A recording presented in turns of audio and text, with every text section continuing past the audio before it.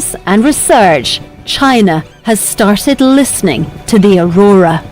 They collect information about plasma that is flying by, so it listens to static noises flying plasma makes. Stories from the new Silk Road, the Arctic, is presented by me, Anna Holligan, produced by Pete Shevlin, and is a C60 media production for the BBC World Service. You're listening to the BBC World Service, and here's what's happening in the studio this week. I'm Nick Luskin, travelling between Tokyo and the Japanese countryside in the company of one of Japan's great architects, Kengo Kuma. We'll get inside his creative minds, and we'll also get inside the mind of an 800-year-old cow. In the studio, today at 11:30 and 23:30 GMT.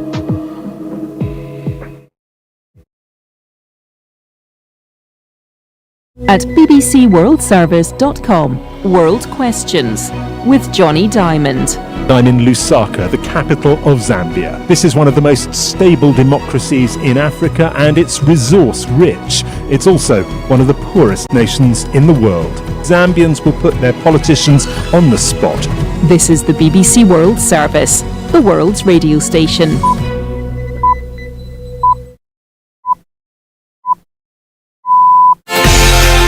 Coming up on the Arts Hour with me, Nikki Beattie, Oscar-winning actors Annette Bening and Jodie Foster on their film Naiad, Welsh TV writer and producer Russell T Davies on reviving Doctor Who, and the Australian Aboriginal writer Alexis Wright on her latest novel. Also on the show, Taika Waititi and Michael Fassbender on their movie Next Goal Wins, Disney Studios exec Jennifer Lee on writing and directing the record-breaking Frozen. I had seen a lot of good and evil stories, but one of the things I was seeing in the world a lot too is how fear can dominate and be crippling. And the original story, The Snow Queen, its themes really deal with negativity, which is very similar. So I think we wanted to put a film out that helped to show how to conquer fear with love. And Nigerian author Femi Kayode talks about his latest detective novel, Gaslight. All that and more coming up on the Arts Hour. Hello, I'm Emily Thomas with the BBC News. The Emirati presidency of the UN Climate Summit says it's ready to present a new draft resolution after an angry backlash against their first proposal that failed to mention the phasing out of fossil fuels. About half of the participants want this included, but some oil producers, including Saudi Arabia, Russia and Iraq, have pushed back. The summit's Director General, Majid Al-Suwaidi, said the parties were working to reach an agreement. Our COP presidency doesn't show favoritism to any party. We are trying to find a balanced outcome that reflects the very, very different views that we heard in the room, and that text that we put out reflected what we saw. It sparked conversation, and now we can move forward and to develop a text that hopefully people can be happy with. The Pakistani army says at least 23 soldiers have been killed in a militant attack on a security compound in the northwest. It said the insurgents rammed an explosives-laden vehicle into the premises in Dera Ismail Khan, causing a building to collapse. Dozens were injured. A militant group affiliated to the Pakistani Taliban has claimed responsibility. And Barasan Etirajan reports. An official said many people were killed while they were sleeping. Pakistan has witnessed a sharp increase in militant attacks, mainly along its border regions with Afghanistan, after the Pakistani Taliban group withdrew from a ceasefire last year. Islamabad alleges that insurgents operate from areas across the border, a charge the Taliban rulers in Afghanistan have routinely denied. A UN report says Myanmar has overtaken Afghanistan as the world's leading producer of opium. The Afghan Taliban authorities have banned poppy cultivation, and opium production has fallen by an estimated 95% to 330 tonnes. That's less than a third of the volume now produced in Myanmar. Celia Hatton reports. The Golden Triangle region linking Myanmar, Laos and Thailand has long been a hotbed for methamphetamine production and trafficking. Now it's re-emerging as a hub for opium growing and heroin production too. Myanmar's opium production has grown to its highest levels in 2 decades. Farmers there have turned to growing poppies because of the collapse of the Burmese economy following a military coup almost 3 years ago. Analysts say the junta is not focused on ending the multi-billion-dollar trade. As Israel continues its bombardment of Gaza, the World Health Organization has documented what it describes as serious incidents during emergency missions to hospitals. It says they include the detention and beating of aid workers by Israeli forces and the reported death of a patient because of delays at checkpoints. BBC News. A court in Japan has found 3 former soldiers guilty of sexually assaulting a female colleague. They received suspended sentences of 2 years in jail. The woman, Rina Gonai, left the army last year and went public with her accusations in a country where speaking out on sexual violence remains largely taboo. Ethiopia's State Minister of Peace, Taye Dendaya, has been sacked days after openly criticising the authorities for banning an anti-war rally. The protest was scheduled to be held in Addis Ababa on Sunday to call for peaceful resolutions to the conflicts in the Amhara and Oromia regions. It was postponed after some of the organisers were arrested. Britain's Prime Minister Rishi Sunak is trying to convince doubters in his own party to back his asylum bill ahead of a vote in Parliament. It seeks to revive a plan to send to Rwanda some asylum seekers who arrive in Britain illegally. The emergency legislation was introduced after the policy was ruled unlawful by Britain's Supreme Court. The president of a top-flight Turkish football club has been arrested for attacking a referee at the end of a match on Monday. Faruk Kodjo was seen punching Halil Umutmaler after his team, Ankara Gücü, conceded a late equaliser. Emre Temel of BBC Turkish says this is seen as the right decision. What we witnessed in Turkey was a night of shame for Turkish football yesterday. Referees in Turkey are often criticized by club managers and president for their decisions, but they are rarely the target of any violent attacks. And the Federation Chairman Mehmet Büyükekşi blamed the broader audience for the incident. Club presidents, executives, coaches, players, and TV commentators who target referees in their remarks are the perpetrators of the attack, he said. Emre Temel there. That was the latest world news from the BBC. Hello and welcome to the Arts Hour on the BBC World Service. I'm Nikki Beattie, bringing you some of the biggest names in the arts, a star-studded lineup of guests and some cultural companionship for the next 60 minutes with conversations from across the BBC. Coming up on today's show, in a moment, we hear from actors Annette Bening and Jodie Foster on their film Naiad, Welsh TV writer and producer Russell T Davies on reviving Doctor Who when nobody else was interested, then turning it into a world-conquering TV series, and the Australian Aboriginal writer Alexis Wright on her latest novel. Also on the show, Taika Waititi and Michael Fassbender on their movie Next Goal Wins, and Disney Studios exec Jennifer Lee on the record-breaking success of Frozen, which she co-wrote and directed, by the way. That's not all, though. My guests on today's Arts Hour are the author Femi Kayode. He joins us on the line from Namibia, and we'll be talking about his latest detective novel, Gaslight, later in the show. And we welcome back as our cultural critic, Layla Latif. Also, during today's show, as we are entering the holiday season, the festive season, you'll hear a smattering of some of our guests telling us how they celebrate the holiday season. Before we go any further, what do you both have to recommend culture-wise, a highlight that you want to tell the world about? Layla, you first. Well, going back to my first time on the Arts Hour, the fellow guest was a wonderful author called Rahman Alam. Correct! And he had, I had the most wonderful time, but like his amazing book, Leave the World Behind, it's just been adapted to be a film for Netflix. And I've seen that, and it's great. But I genuinely, the book and the film are quite different.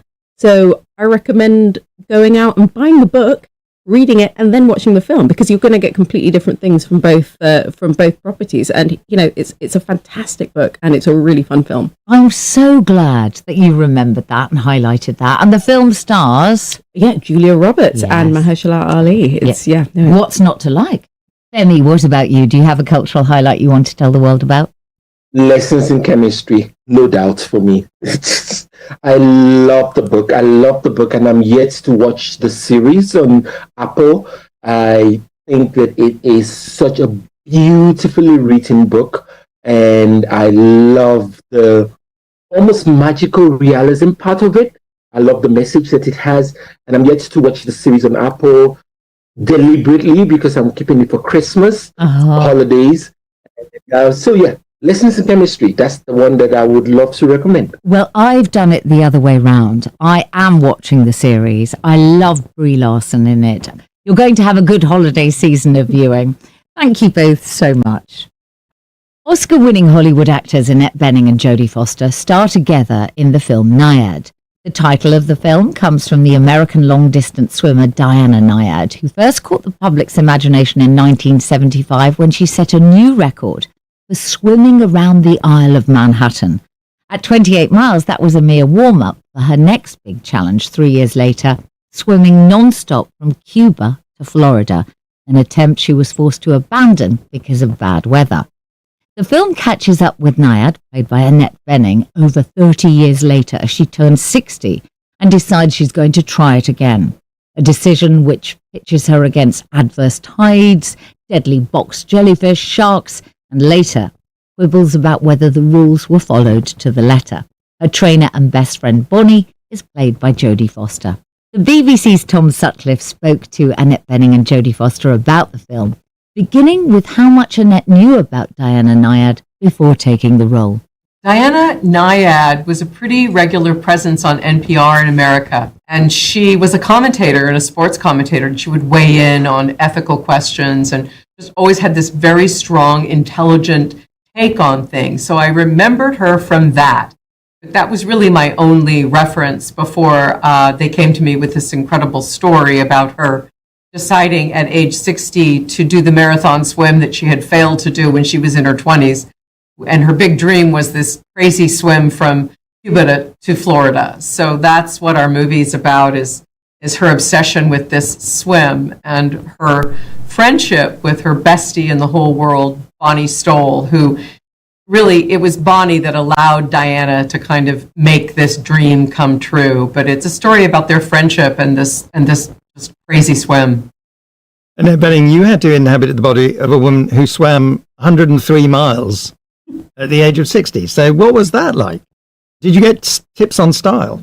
I got much more than tips. I had a fabulous Olympian swimmer coach who came to my house, and she was just great because she still loves to swim herself, even though she's one of those extreme athletes like Diana. Rada Owen is her name, and she's a great American Olympian. So she really gave me the confidence. When I read the script, I just loved the story. I just thought it was so compelling, and this friendship between these two women. And I didn't really take in to the degree that I should have, like what that would mean physically. You know, I'm pretty athletic, and I thought, well, you know, how hard can it be? Anyway, I learned my lesson. I started swimming, and I literally got terrified. I thought, well, how can I really pull this off? Can I make it look real? Can I do Diana justice? So I trained really hard, and I had a great coach, and I had encouragement from Diana. I got to know her very well. She also lives in LA, where I live most of the time. And so I trained and just kind of really got into the swimming. I love the swimming now. I swim all the time now. So it was a great challenge physically, which I enjoyed. The British actor Greta Scacchi referred the other day to what she called the grey wig in the wardrobe problem. And what she meant was she has 5 grey wigs from roles she's been cast in. And that character, that you're very often cast as a caricature of an older woman and not the actuality. Does that resonate with you? I don't know about that. I mean, as always, it's your responsibility as an actor to bring to the equation the truth that you see. So I don't know if that's true, but Greta Scacchi's pretty great. I did a movie with her. She's awesome. So whatever she says is right. Annette Bening and Jodie Foster. Nyad is available to stream on Netflix. My guests on today's Arts Hour are author Femi Kayode and critic Leila Labeef. Leila, thoughts on Nyad, first of all? I think, Nyad is a very handsome, very well acted film. I think it's good that it realizes that swimming is not the most cinematic thing to watch. And so it kind of refocuses on this dynamic between Annette Bening and Jodie Foster's characters, their very complex friendship, the kind of intensity that they have there. It's a little Oscar baity, but I can't really begrudge it that. In some ways, from what I just done some reading around it, I think there is an idea of, Naiad kind of self-mythologizing a little bit, and this was made with kind of her approval, as Annette talks about, that like they became close friends. So I wonder if there's a sort of edgier version of this where they sort of tackle some of those sort of maybe unreliable narration issues. It is a little caramelized, I expect. So interesting parts for older female actors. Is that tide turning, do you think? It's not turning soon enough, I would say. I mean, I was quite happy to see that May December with, with Julianne Moore and with Natalie Portman, who are both over the age of 40, like getting those really juicy roles and being allowed to be like melodramatic and sexy. And like, someone like Penelope Cruz has just maintained such an incredible oeuvre throughout.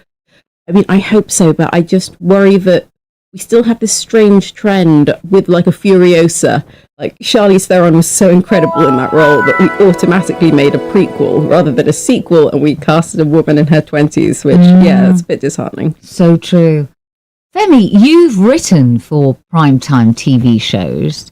Have you written roles for older female actors? Yeah, I try to. When you're writing for TV, it's a very old formula that you need to put into consideration, which is demographics. You have to have those generations, and those demographics have got to be represented all the way through. So I have written for older women, but I must say that in recent times, the way older women are written has become a lot more affirmative and a lot more interesting and a lot more multi-layered, not the surprising grandmother or the surprising grandfather. There's a lot more agency that is coming across, and a film like Naiad really, really shows that agency, that ability for older people, not old people, but older people to take control of their destiny and to say, this is what I want to do. And I know that generally there's an idea that I am not going to be able to do it, but I know I can.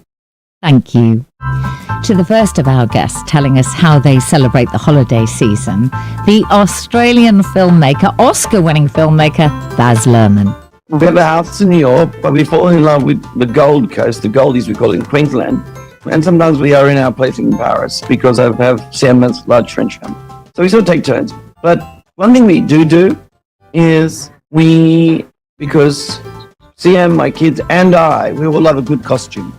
So we have crazy pajamas that we all get made up out of fabrics that get made. And we all wear these crazy pajamas. If it's in Australia, it's right next to the beach. So it's all seafood, and then it's a big beach day, and there might be a little tickling going on. We might have the odd sherry and end up disco dancing disgracefully. It's very unbecoming kind of Christmas behavior by the end of the day. I love it. You're listening to the Arts Hour on the BBC World Service. I'm Nikki Beattie. Something for all you Whovians now.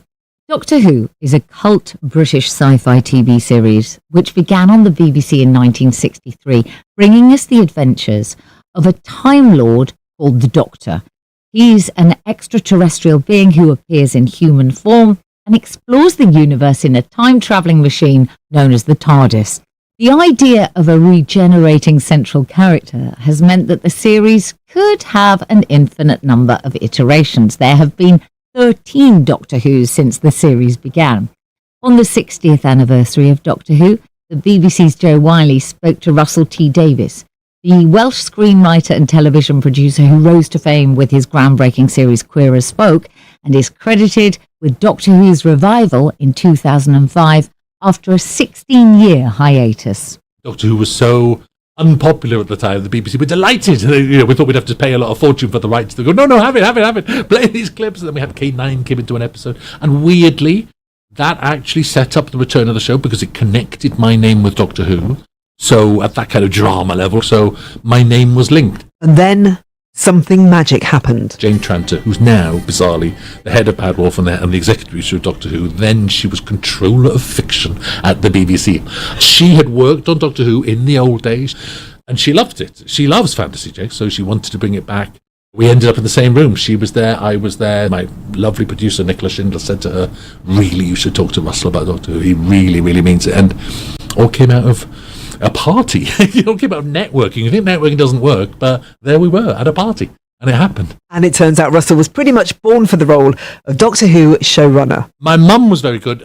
She loved science fiction. She always sat me down to watch it, and I suppose I associated with her in all sorts of ways. When I was born, she had an extraordinary overdose. They gave her too much morphine, and she floated off into space, and there were great big floating heads who sent her back to a parallel universe. And then she attacked a nurse.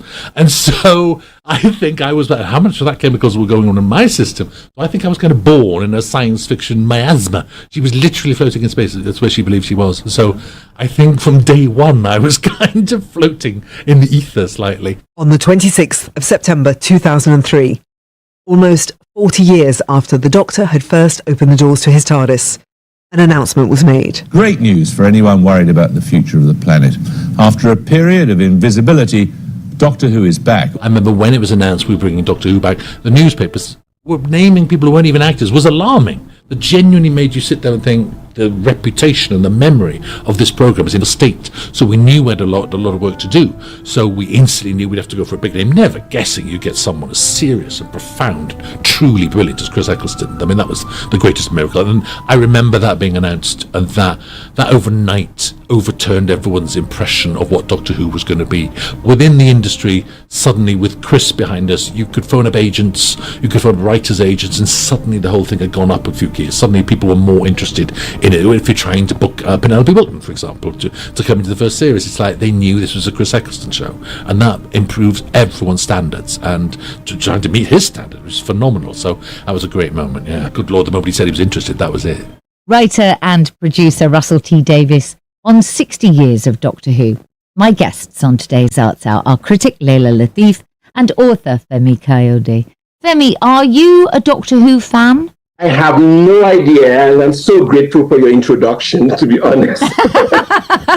I think it was, when I was growing up, of course I knew about Doctor Who, but I always wondered what the fuss was about. You know, until Nkuti Gatwa got the role, then I became interested. I was like, okay, what kind of a role is this that allows a black person from Africa and African immigrants in the UK, for instance, to get the role of Doctor Who? And then I started going backwards, in a sense, to try and understand what it was all about. And now that I think Disney has bought the rights. That's right. Watch it in different, spaces. I'm really looking forward to it. Don't hate me, please. I just didn't know. No, in fact, I think it's really interesting because Leila, you didn't grow up with Doctor Who either, did you? No, Doctor Who is one of those things where, I mean, like a bit like Russell T Davies thoughts. If it's kind of not in you, I think quite early on, it's a bit mystifying to come towards it. I only moved here when I was a teenager. Thank you both. You're listening to The Arts Hour on the BBC World Service. I'm Nikki Beattie. Praiseworthy, the new novel by Alexis Wright, has been acclaimed as extraordinary. The book reveals an Australia where myth and reality meet. Alexis Wright is a member of the Wani Nation, an Aboriginal people whose homeland is in the Northern Territory of Australia. In 2007, her second novel, Carpentaria, won the Miles Franklin Award, Australia's premier literary prize. Praiseworthy is the name of a fictional town in the north of Australia that's beset by a mysterious haze.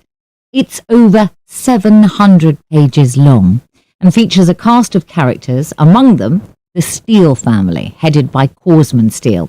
And as the book progresses, that family is torn apart. The BBC's Chris Power spoke to Alexis Wright about her book. Praiseworthy is an Aboriginal town or community. It's an imaginary place. It's set in northern Australia. People they're struggling to survive.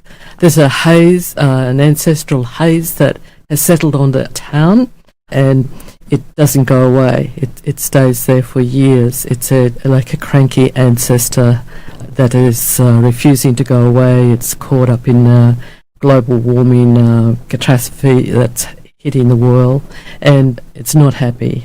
It's also a place that has many ideas about religion and has a whole street of denominational churches that are bits and pieces of all types of religions around the world. The people there have their own religious beliefs, spiritual beliefs, but they're saying, well, we may need to find more power from some of these other religions or something. Alexis, this is the story of a town which you've described to us, but more than that, it's the story of the Steele family, a mother, father, and 2 children. What's the family dynamic there? Cosmo Steele, also called Widespread or Planet, for his planetary type of beliefs, and his vision is widespread. He's been looking at the global warming catastrophe, and he is thinking about how do I take my culture into the future. Aboriginal culture has existed for millennia, for well in excess of 60,000 years. And obviously, Aboriginal people in the past, his ancestors have survived climate change events occurring, and he's thinking, how would he take on this role of trying to save his people? He had a dream about a god donkey, supercharged platinum donkey, and in northern Australia there are 5 million feral donkeys. So he goes on a search and odyssey, really, to search for this perfect donkey to be the masthead for this transport conglomerate that he wants to set up when the world runs out of fossil fuels. Yes, he thinks everyone's going to go back to sort of donkey transport. You call it a donkey pyramid scheme, which is a deeply pleasurable combination of words. And that's one of the tensions, isn't it, in the book, about the sort of play between preserving traditional Aboriginal ways of life and this kind of assimilationist drive. And while the book does deal with a lot of heavy subjects, I wouldn't want to neglect the fact that it's very funny and playful as well. Was that sort of deliberate in a way of balancing out the heaviness, or is that just is that what naturally comes to you when you're writing? A bit of both. I had a good friend called Tracker Tillmouth, and I did a collective memoir in memory of him. He passed away, and he was a visionary. But he always said to me, "You always got to have fun. No matter what you do, you have to have fun." So, the book is quite funny. I enjoyed writing a lot of it and building that world of praiseworthy and building and building and building it, and at the same time trying to have fun while I was doing it. Author Alexis Wright on her latest novel, Praiseworthy. My guests on today's Arts Hour are the author, Femi Kayode, and the cultural critic, Layla Latif. Femi, you raise issues pertinent to Nigeria in your latest novel. There's corruption, there's racism, colorism, religion, but to me, it felt like you did it with the lightest of touches. How do you decide how much to say, how much your characters say about issues like that? To be honest, you when you get your story and you design your story and you know what you want to say as a writer, you leave the rest to the characters, and the characters tell you what they would do in that situation that you have created. I think that the writer's responsibility is to create the scenario, the situation, and let the characters that you have developed or that you have thought up in your head to gain life by giving you feedback. I have an issue with telling writers, oh no, you can't write about people on Mars because you're not from Mars, or you can talk about indigenous people from Australia or New Zealand because you're not a particular color or a particular race, or post-colonialism and all of those kind of things. I just think that that's the very antithesis of the definition of fiction. No, what's the point of being a good liar? That's what we are. We are good liars. that I have to say that's very refreshing to hear, Femi. And we are going to talk more about Gaslight, your book, in the next part of the show. Layla, do you appreciate serious real-world issues appearing in the fiction you read? Anything that's made you think recently? I absolutely love it. I feel that, like, most of my work is in the realm of cinema, and I love it when I feel that not only am I learning about the world around me, I'm learning about the past, but I'm kind of learning about the human condition as well. And that it does seem to me that whether it's like books or art or film or TV, to be able to kind of put yourself into a different world should be enriching. Like, it's not just about jump scares and cool battle scenes. Like, we should all come away feeling that we've understood the world a little bit better. Yeah, thank you both. That's it for part one of the show, but don't go away. Still to come, Taika Waititi and Michael Fassbender on their film Next Goal Wins. And we're not going to let it go. Disney Studios exec Jennifer Lee on Frozen, and I'll be talking to author Femi Kayode about his latest novel Gaslight. The Arts Hour's back after this.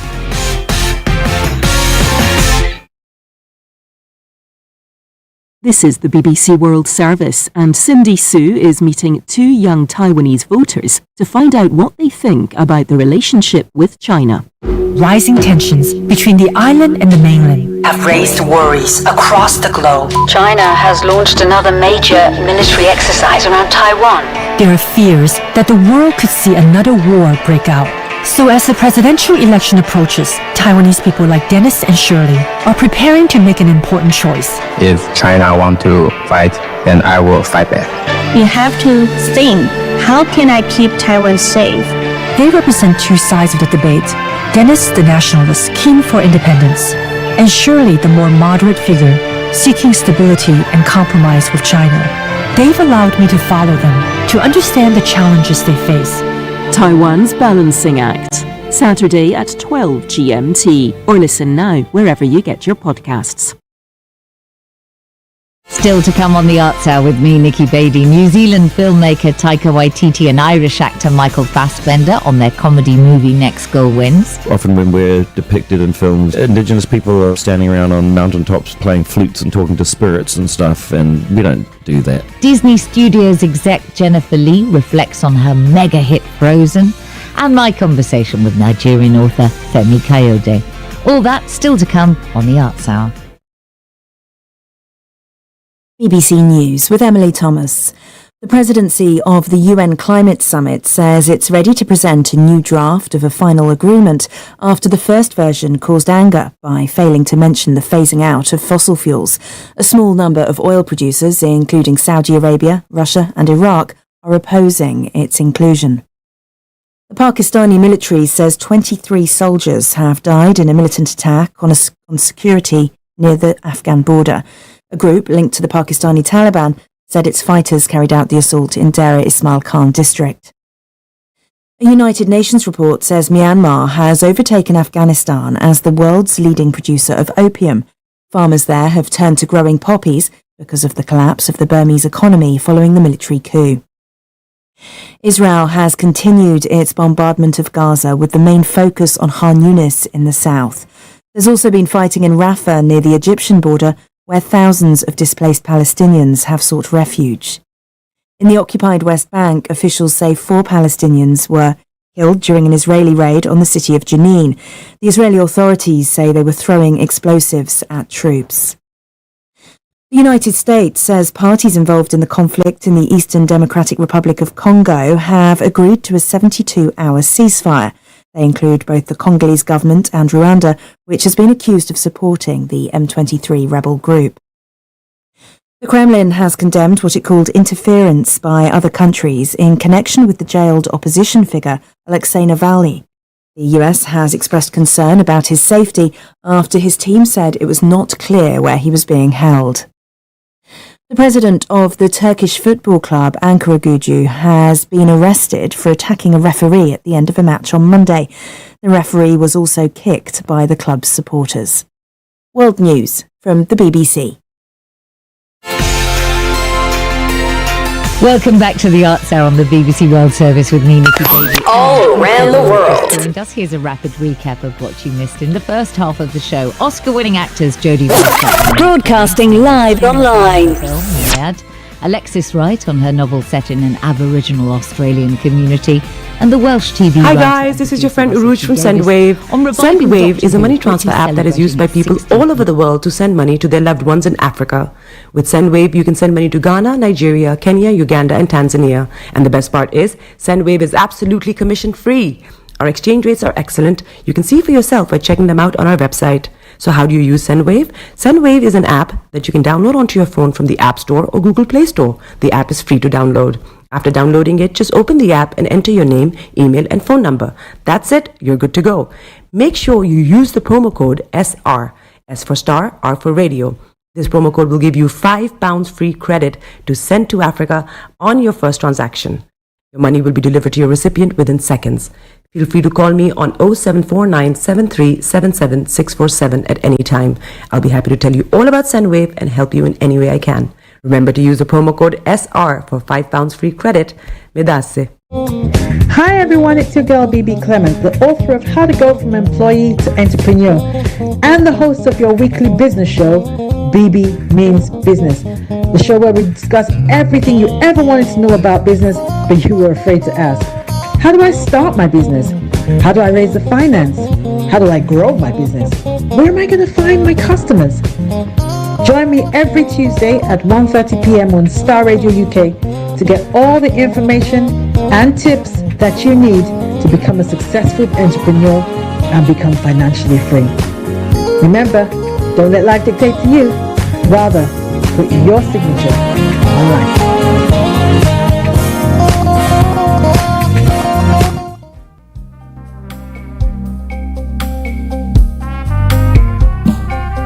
Are you looking for the fastest, reliable, and trustworthy door-to-door shipment company? Well, look no further. When was the last time your family received a shipment back in Ghana on time and in time? You are not sure? Well, Lamb Shippers, we pride ourselves with being the fastest, reliable, and trustworthy shippers you can use. You are assured of a prompt pickup anywhere in the UK by our personnel. They also make sure your items are well packaged to get to its destination in time. When it comes to door-to-door shipment, look no further.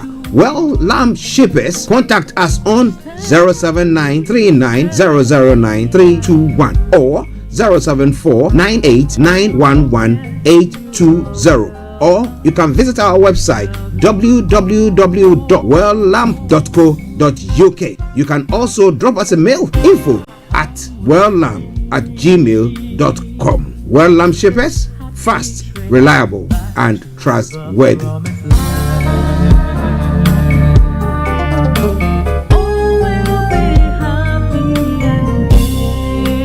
Hi there. Are you dreaming of owning your own house in Ghana? Then you will need a well-documented piece of land that is free from troubles.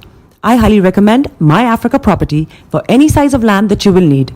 With My Africa Property, lands are available in Pram, Sopoli, Tohenia, Ogome, Dodova, Winneba, and many other locations at affordable prices.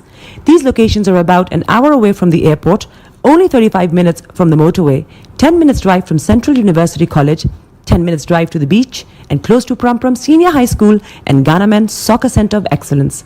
For more details, visit our website www.myafricaproperty.com or call our UK office on 0208 123 2523.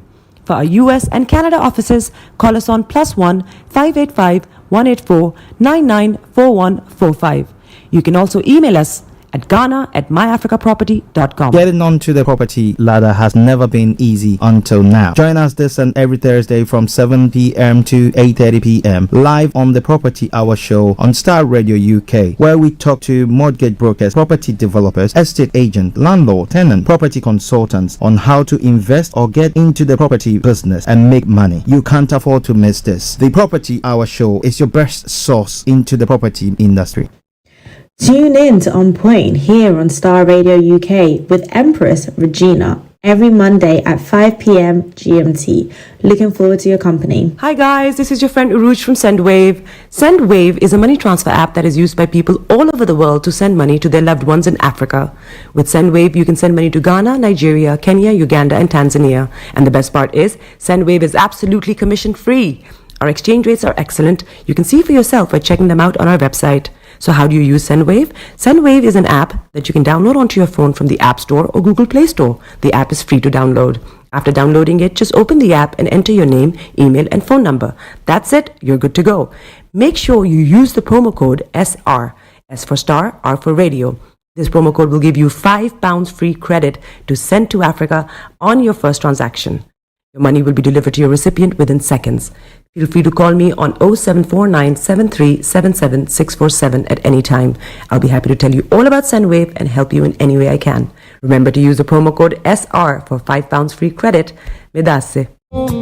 Hi everyone, it's your girl BB Clement, the author of How to Go From Employee to Entrepreneur and the host of your weekly business show, BB Means Business, the show where we discuss everything you ever wanted to know about business but you were afraid to ask.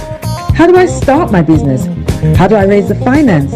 How do I grow my business? Where am I going to find my customers? Join me every Tuesday at 1:30 p.m. on Starr Radio UK to get all the information and tips that you need to become a successful entrepreneur and become financially free. Remember, don't let life dictate to you. Rather, put your signature on life.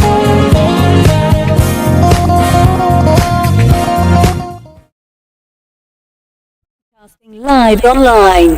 Turn it on. Turn it up. Bekutu, show them you got the Coco set. Ladies and gentlemen, it's your boy Harry Song, aka Mr. Songs. This is the Kingmaker Baba for the girls. We're here. This is Starr Radio. Don't go nowhere. UK, London. We they call them London for home. For here, we they call them London. And I said, you know, just have fun and stay blessed. Hi there, this is CJ Buckman, your life coach. And whenever I'm in London, I listen to Starr Radio UK right here. But guess what? You can listen to wherever you are. The best radio show. Broadcasting worldwide, online 24/7. All around the world. In your car. At work. At home. On your smartphone. This is Starr Radio UK. Are you ready to turn it up? 10, 9, 8, 7, 6, 5, 4, 3, 2, 1. Your heart is aching. Smile even though it's breaking. When there are clouds in the sky, you get by. If you smile through your fear and sorrow, smile and maybe tomorrow you find that life is still worthwhile if you just smile. Hey, this is Archie and you are listening to Starr Radio UK and the Morning Show.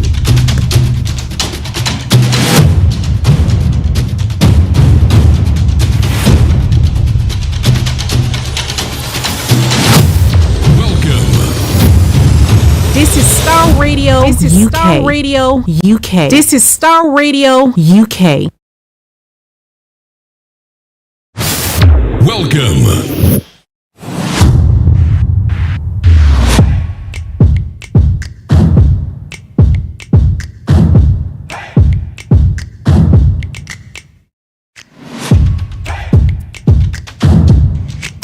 Broadcasting worldwide, online 24/7. Enlighten your day with Starr Radio.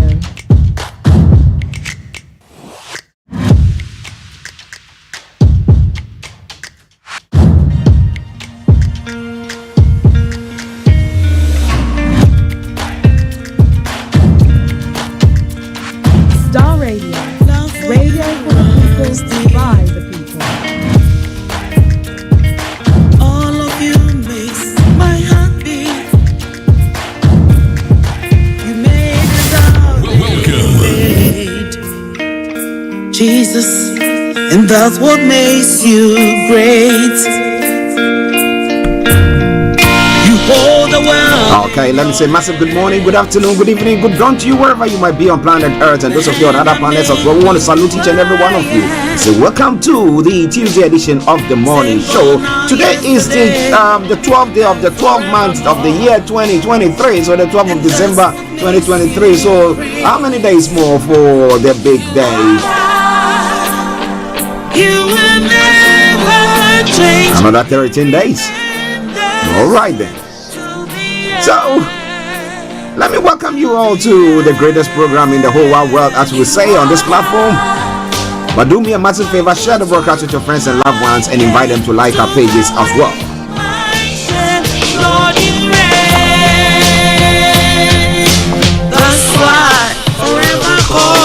But I remain yours sincerely, the one and only. This is the morning show with Archie.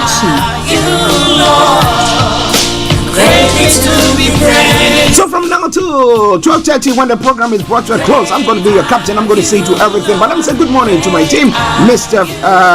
Francis Guy, who has been holding the helm of everything, making sure everything is taken along nicely. And then to my colleague and co-presenter, Mr. Olayomi Koiki. I mean, wherever you are, massive good morning to you. A special good morning also goes to the one and only Bishop Additional, all the way in Lagos, Nigeria, RBS office, and all your colleagues there. We salute each and every one of you. Also, let me say a massive good morning to Anthony Adileji Aziz, massive good morning to you. Olakunle, good morning to you.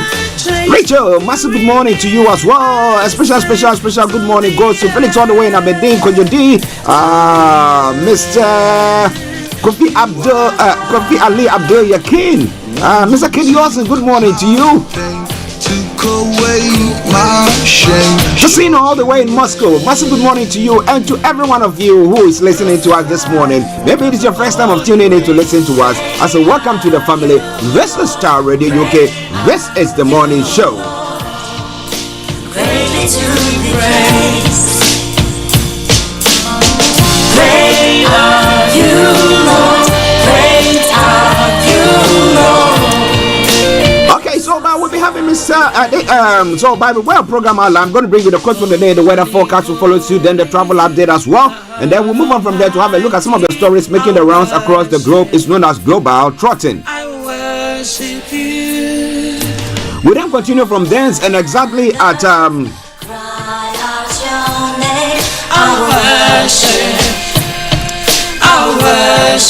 10:50 we take you Global Trotting. 11 o'clock we have Mr. Olayomi Koiki joining in to bring you updates from Nigeria.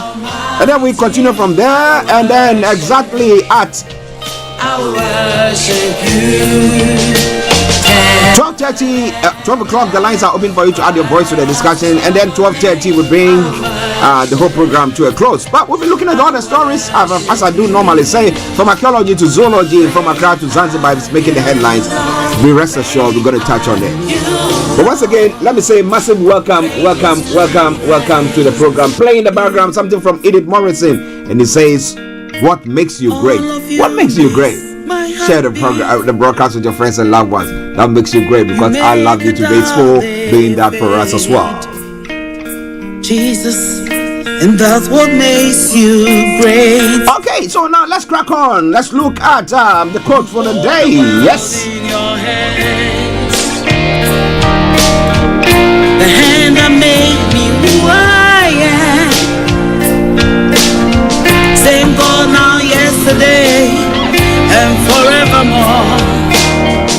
And that's what makes you great. You are God. You will never. The quote for the day says what? It says, it is often easier to keep doing things the old way than it is to change. Now, change takes time and effort, but good changes are worth it in the long run. So if you're doing it now, you feel that, I need to have the result right now, but you're not getting it. Don't you worry. If it's worth doing it, then do it. And I tell you that it's just a matter of time, and you will see the outcome of it. Starr Radio UK, your favorite African and Caribbean radio station in London. Okay, let's move on to the weather front. Let me tell you what is happening on the weather front this morning from the hearts of London.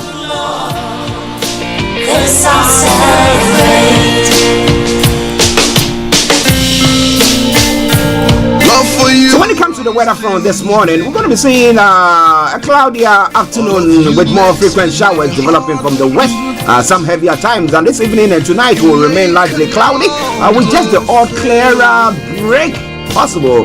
There will be a few well scattered showers moving in throughout the night too. average temperature is going to be 13 degrees, a bit milder. The lowest 7 degrees. UV level, low pollution, low. Sunset is going to be at 15:51, and sunrise for tomorrow morning 07:57 hours. And that brings us to the end of the weather forecast. It is Starr Radio UK. It is your favorite African and Caribbean radio station in London. Let's go to your travels as well.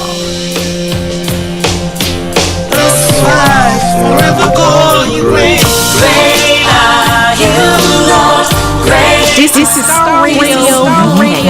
So keep your eyes on the roads, keep your eyes on the roads as we keep you navigated. I promise our bond. Wherever you are traveling or wherever you are listening to us or watching us from, maybe your travels have not been good, or you've been some challenges, or you've seen something that is happening you want to share with us, we share it with our worldwide listeners, because you don't know, someone is listening from where you are and that will benefit them. Alright?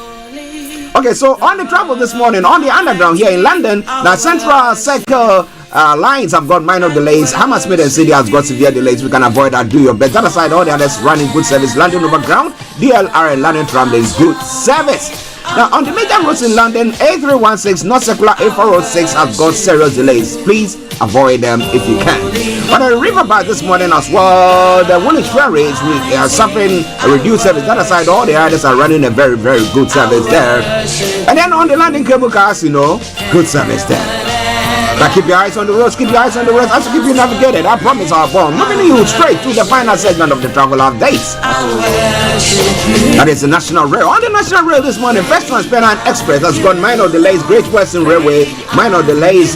Heathrow Express, minor delays. Northern Rail, minor delays. ScotRail, minor delays. And Southwestern Railway has got severe delays. And that is how I will say it once again. Good morning, good afternoon, good evening, good dawn to you, wherever you might be on planet Earth. Enjoy your comment for today. But you know what? Continue to keep those eyes on the roads. Hi guys, this is your friend Rouge from SendWave. SendWave is a money transfer app that is used by people all over the world to send money to their loved ones in Africa. With SendWave, you can send money to Ghana, Nigeria, Kenya, Uganda, and Tanzania. And the best part is, SendWave is absolutely commission-free. Our exchange rates are excellent. You can see for yourself by checking them out on our website. So how do you use SendWave? SendWave is an app that you can download onto your phone from the App Store or Google Play Store. The app is free to download. After downloading it, just open the app and enter your name, email, and phone number. That's it. You're good to go. Make sure you use the promo code SR. S for Star, R for Radio. This promo code will give you £5 free credit to send to Africa on your first transaction. Your money will be delivered to your recipient within seconds. Feel free to call me on 0749 7377 647 at any time. I'll be happy to tell you all about SendWave and help you in any way I can. Remember to use the promo code SR for £5 free credit. Medasse. Hi everyone, it's your girl BB Clement, the author of How to Go From Employee to Entrepreneur and the host of your weekly business show, BB Means Business, the show where we discuss everything you ever wanted to know about business but you were afraid to ask. How do I start my business? How do I raise the finance? How do I grow my business? Where am I going to find my customers? Join me every Tuesday at 1:30 p.m. on Starr Radio UK to get all the information and tips that you need to become a successful entrepreneur and become financially free. Remember, don't let life dictate to you. Rather, put your signature on life.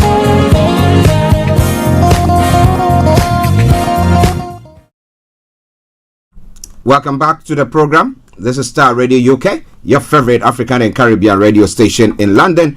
Bringing the time now exactly to 8 minutes to the top of the hour. And it's the Tuesday edition of the morning show. But it's now time for Global Trotting. Wherever you are, I hope you are listening to us and you can hear us all loud and clear. So now let's move on straight. Let me tell you what is happening when it comes to some of the stories that is making the round this morning from Nigeria. Yomi is going to be telling us more from there. But defection, PDP asks INEC to conduct fresh elections in 27 Rivers constituencies. Of course, if the people have crossed carpet, then that makes their party now. So what is happening there? Why did they cross carpet though? Is it that they are looking at political expediency, or looking at their own finances, or their own personal economies? Is that what they are looking at that's causing them to cross carpet? We'll tell you more about that. Lack of governance in Rivers, reason for 27 lawmakers defection to APC. Okocha is saying a Nigerian electricity grid collapses again.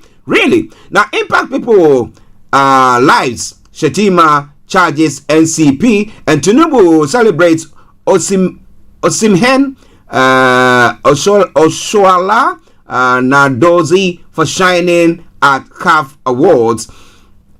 And then I will win battle to keep Nigeria safe. That's what Tinubu is saying. Let's see. So far, well, I mean, there have been a few incidents here and there. And President Tinubu grieves over Kaduna bomb victims. Well, we know that when he came from his trip overseas, now I don't know whether he's going to visit the scene or he visited the scene, but we'll tell you more about that once we have Mr. Olayomi Koiki. CBN suspends processing fees on cash deposit till April. Why? Would that expedite the withdrawal or the availability of naira for people when they go to the banks? If that will, why not? Okay, Bode George under fire over anti-Igbo comments on Lagos origin unstatesmanly. Okay, and Labour Party formed out of anger. PDP should woo Peter Obi to return. Bode George is saying that. Now, interestingly, if PDP if LP was with PDP, I bet you they could have won the election, because if you're looking at the number of votes that both garnered, if you put it together, APC wouldn't have been able to actually outwit them. What do you think about that? So maybe wooing them together, and then maybe making Peter Obi the vice president, or making Peter Obi maybe as a vice presidential candidate, or the presidential candidate. Maybe that will help them. But what do you think about all that? Lots more. We got another 3 years before there is an election. Now, who report anthrax outbreaks in 5 East and South African countries, resulting in 20 deaths. That's World Organization. A South Africa court invalidates decision by government to recognize Zulu king. A South African court Monday ruled that the government's recognition of the king of the Zulu nation last year was unlawful and potentially setting the area into conflict. Now, Burkina abandons French as an official language. Oh wow, they are going extra length. And then DR Congo president compares Rwanda's Paul Kagame to Hitler. Oh boy. Nobody wants to be compared to Hitler. Meanwhile, the same country that Britain is a safe place, and that we want to send asylum seekers, those who cross the channel, to. Well, they are saying that somebody is referring to him as worse than Hitler. So if they are compared to me, or as comparison, they said you are worse than Hitler, boy, then you are dangerously what? Dangerous. All right then. Now, another story is making the rounds as well. In Ghana, for these two Squapra Hene.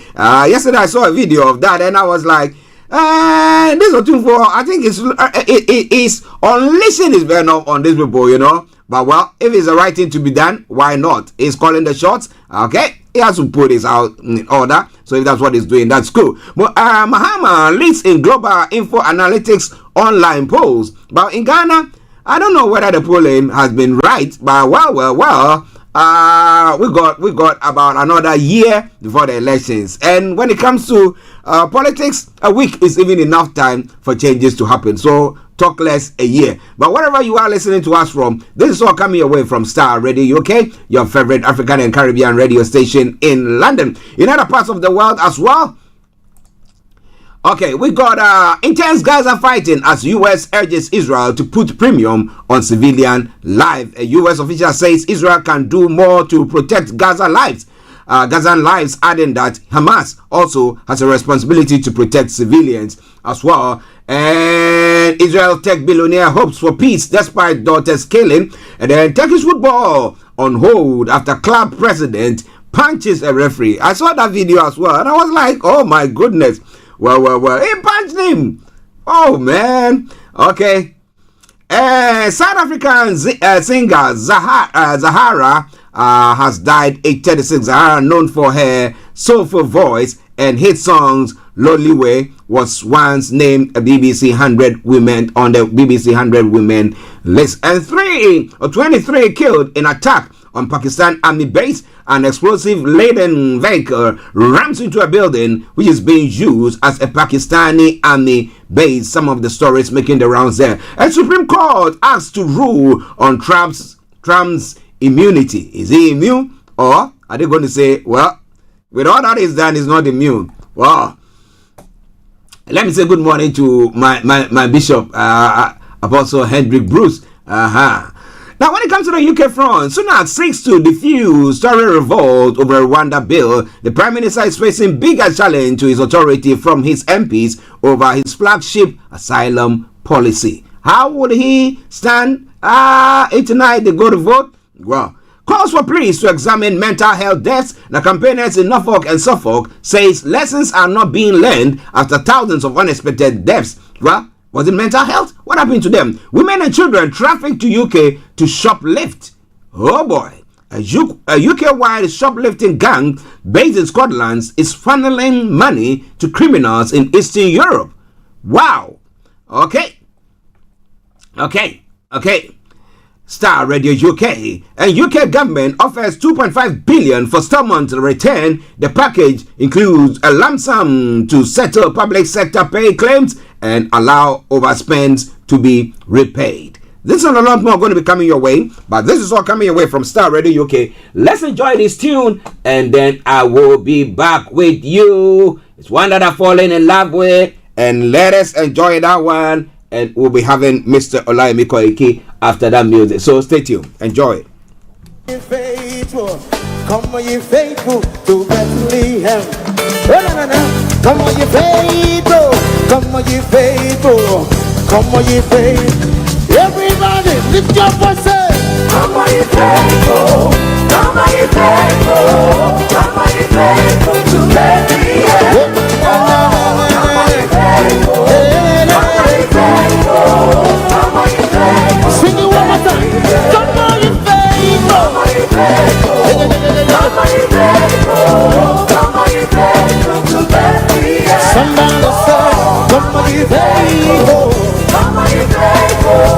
Come on, you faithful. I know you know this one like this.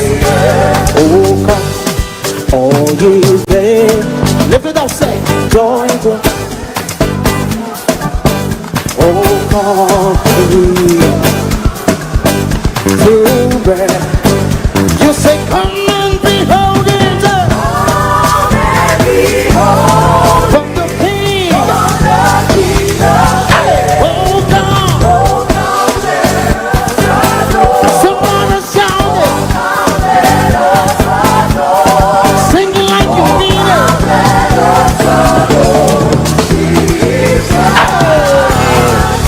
Come on, you faithful. Come on, you faithful. Sing along.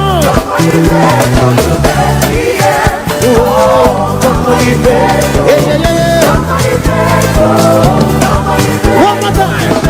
Say, come on, you faithful. Come on, you faithful. Come on, you faithful. Come on, you faithful. Come on, you faithful. Come on, you faithful. Take me up. Come on, you faithful. Come on, you faithful. Somebody shout.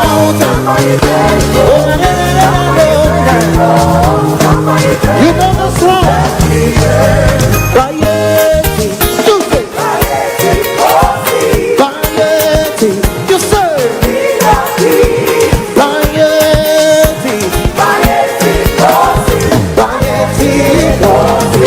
Come on, everybody. Clap your hands, clap your hands, clap your hands. You serve. Variety, you serve. Variety, variety.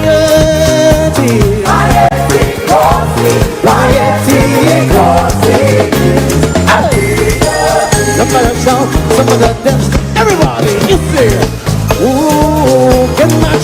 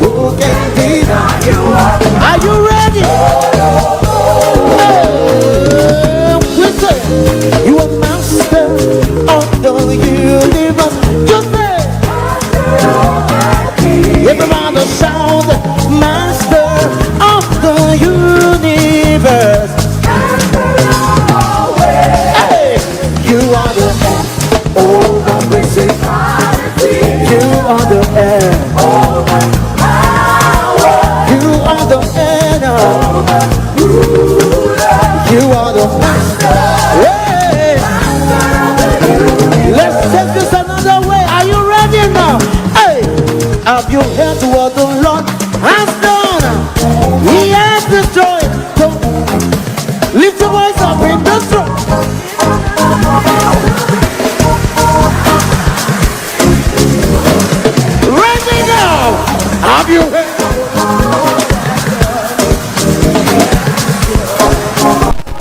Giving us the victory. Hey. Oh, say yeah, you say.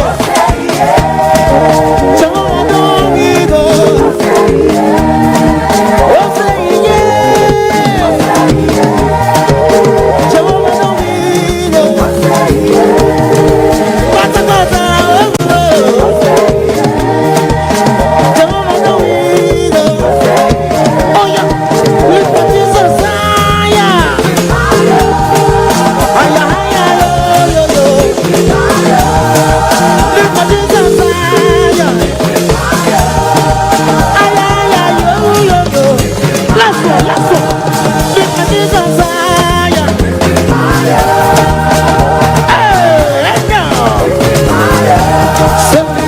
Jesus,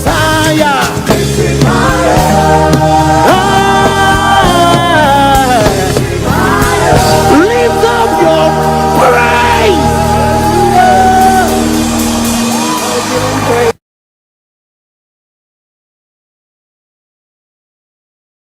Hi guys, this is your friend Uruj from SendWave. SendWave is a money transfer app that is used by people all over the world to send money to their loved ones in Africa. With SendWave, you can send money to Ghana, Nigeria, Kenya, Uganda, and Tanzania. And the best part is, SendWave is absolutely commission-free. Our exchange rates are excellent. You can see for yourself by checking them out on our website. So how do you use SendWave? SendWave is an app that you can download onto your phone from the App Store or Google Play Store. The app is free to download. After downloading it, just open the app and enter your name, email, and phone number. That's it. You're good to go. Make sure you use the promo code SR. S for Star, R for Radio. This promo code will give you £5 free credit to send to Africa on your first transaction. Your money will be delivered to your recipient within seconds. Feel free to call me on 0749 7377 647 at any time. I'll be happy to tell you all about SendWave and help you in any way I can. Remember to use the promo code SR for £5 free credit. Medasse. Welcome back to the program. It is Star Radio UK, your favorite African and Caribbean radio station in London. Let's see whether we can hear Mr. Olayomi Koiki. Hello, Yomi. Yeah, good morning. Okay, morning. Yeah, we can hear you. We can hear you. All right then. Listeners, you will not be seeing Mr. Olayomi Koiki today. We will be hearing him, but you know him, yes? And we're going to be moving on from there. Okay. How are you, sir? Yes, a very good morning to you back in the studio, Mr. Archie. I'm doing very well. Hi, good morning to all our listeners and viewers from around the world, and welcome once again to the morning show on the Star Radio UK network. Okay. Listeners, Mr. Olayomi Koiki for you in our North London studios. As I did say, today it will be his voice that you are hearing instead of seeing the visual as well. So wherever you are, just bear with us and just enjoy the ride, as we will say. Okay. Now, how was your night? How is the family? Well, it's been another beautiful, morning as the weather continues to be very great with us. As I'm sure, it's fluctuates. But the family are doing very well as usual. It is 11 o'clock as almost 7 minutes past, and that shows that everyone is in school, and the wife has also made her way to work. Well, we are here as well, serving the community across not just United Kingdom, but in Africa, where we're going to be discussing everything in Nigeria in the next few more minutes. And not just only Africa, but across the world as well, wherever any of our representatives are as well. So you see, Yomi is being modest, but we are broadcasting worldwide wherever you are, so you can listen to us. Okay, yes. Let's crack on. Let's now look at some of the stories that is making the rounds. One that I touched on, and then Yomi will be bringing you all the rest that is making the rounds. Now, yesterday we did talk about a defection from the PDP to the APC in Rivers. Now, information coming through is saying that these 27 people who have members of representatives who have defected, the PDP is calling the INEC to call or recall an election. Yomi. Well, you're quite right, and I've also been reading that as well in some of those Nigerians online, and most importantly, many are now saying that if you voted in through a particular party, then is it right? Is it morally right for you to then decide to change that party without allowing those representatives as well to be able to decide whether they would love to be in that same political party that these representatives have changed to. I think that will have to be something that is not going to happen anytime soon. I know you've just talked about the PDP, indicating that maybe INEC should recall. But this is not the first time we are seeing such, and I'm not sure this is going to be the last. Well, interesting. But let's look at it this way. Like you were saying, people went to the polls. Okay, they decided, okay, we want to vote for this party because we believe in their policies or whatever things that they have, and therefore that's why they voted for them. So if there's MPs who are now saying, or House of Representatives who are now saying that, look, they said there are reasons for this, it's because they said there's lack of governance in Rivers State. Now, what exactly? There seems to be some politics because we have the federal capital. What do you call him? Is it the governor or what is his name? What is his the PDP guy who went to become? What's his name? I've forgotten the name. Wike. Okay. A stanch. The former Rivers State and the current FCT minister. Yeah. So is it he's pulling or things that he's doing that is causing all these things to happen there? There is the lack of governance in that particular area. Well, you're quite right. I believe the former Rivers State governor and the current governor of Rivers State are having what we call a bit of friction between the two of them, and it seems the godfatherism has literally failed. And what we are now seeing today is that the current governor is pulling the string that is not favoring the previous administration. Let's give you a bit of more background on our listeners across the globe this morning. We know that the river political crisis is getting messier as 27 PDP lawmakers. Let me tell our listeners, Nelson Wike, the current FCT minister, is a member of the PDP. That means that PDP, is what this political party that has now become a crisis in the state. So 27 of the lawmakers defect to APC. It is unclear for now if the lawmaker will restart the impeachment moves against the governor. The political crisis that is rocking that state, Rivers State House of Assembly, took that new dimension on Monday.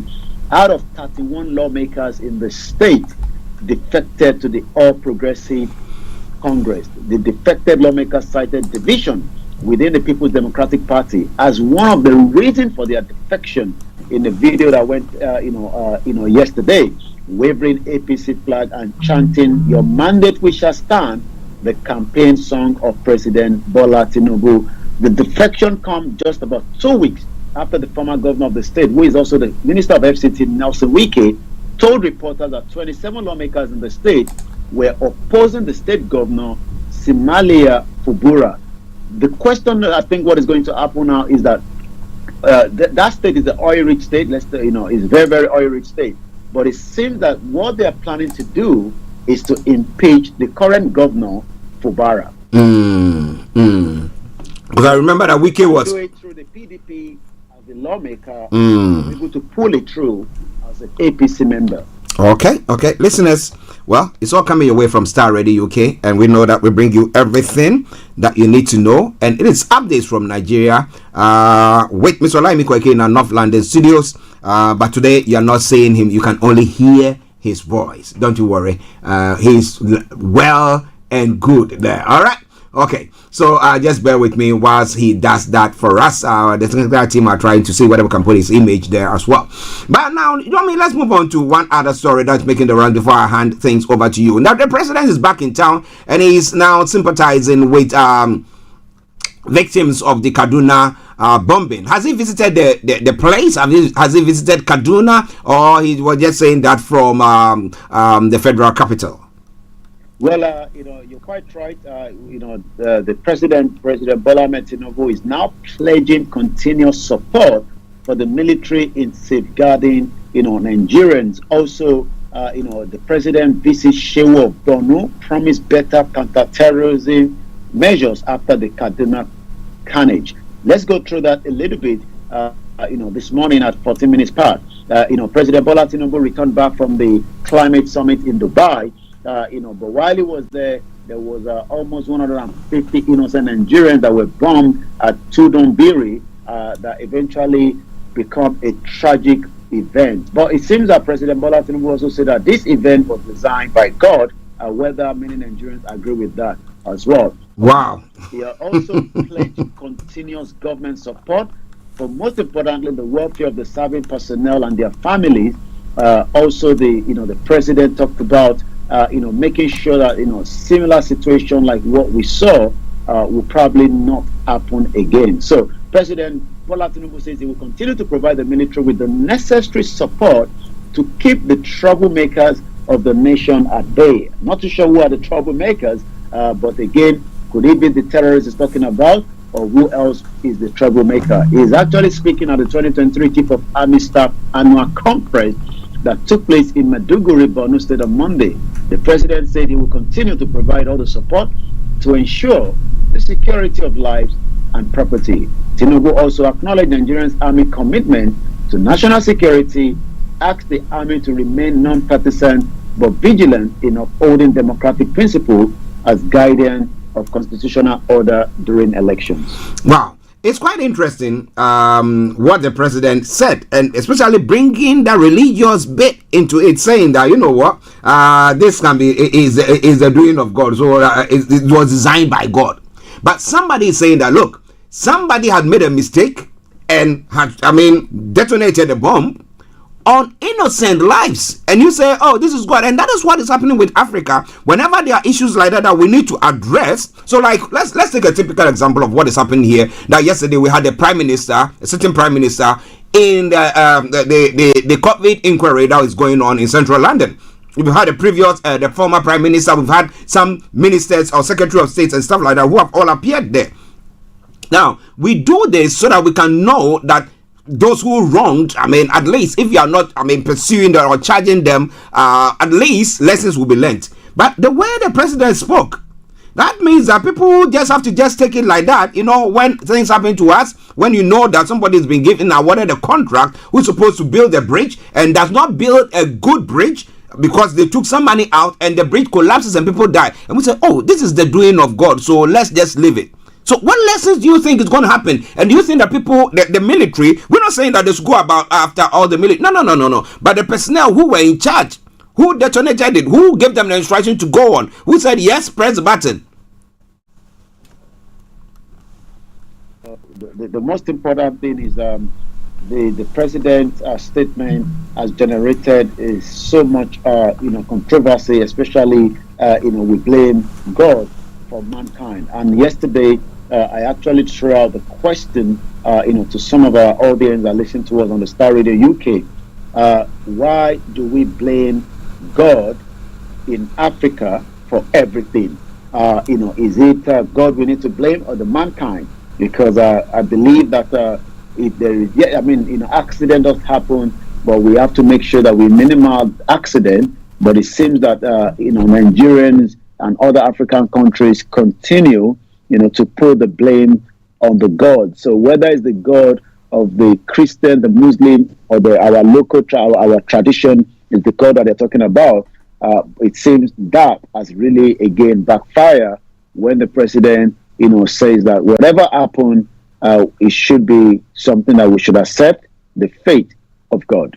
Now, have they talked about compensation? Because yesterday we did talk about their compensation. What is it? 25 years on of a plane crash, or yes, thereabout. Have they talked about that? Have the military high command said anything as to how doing some introspection and anything of the sort?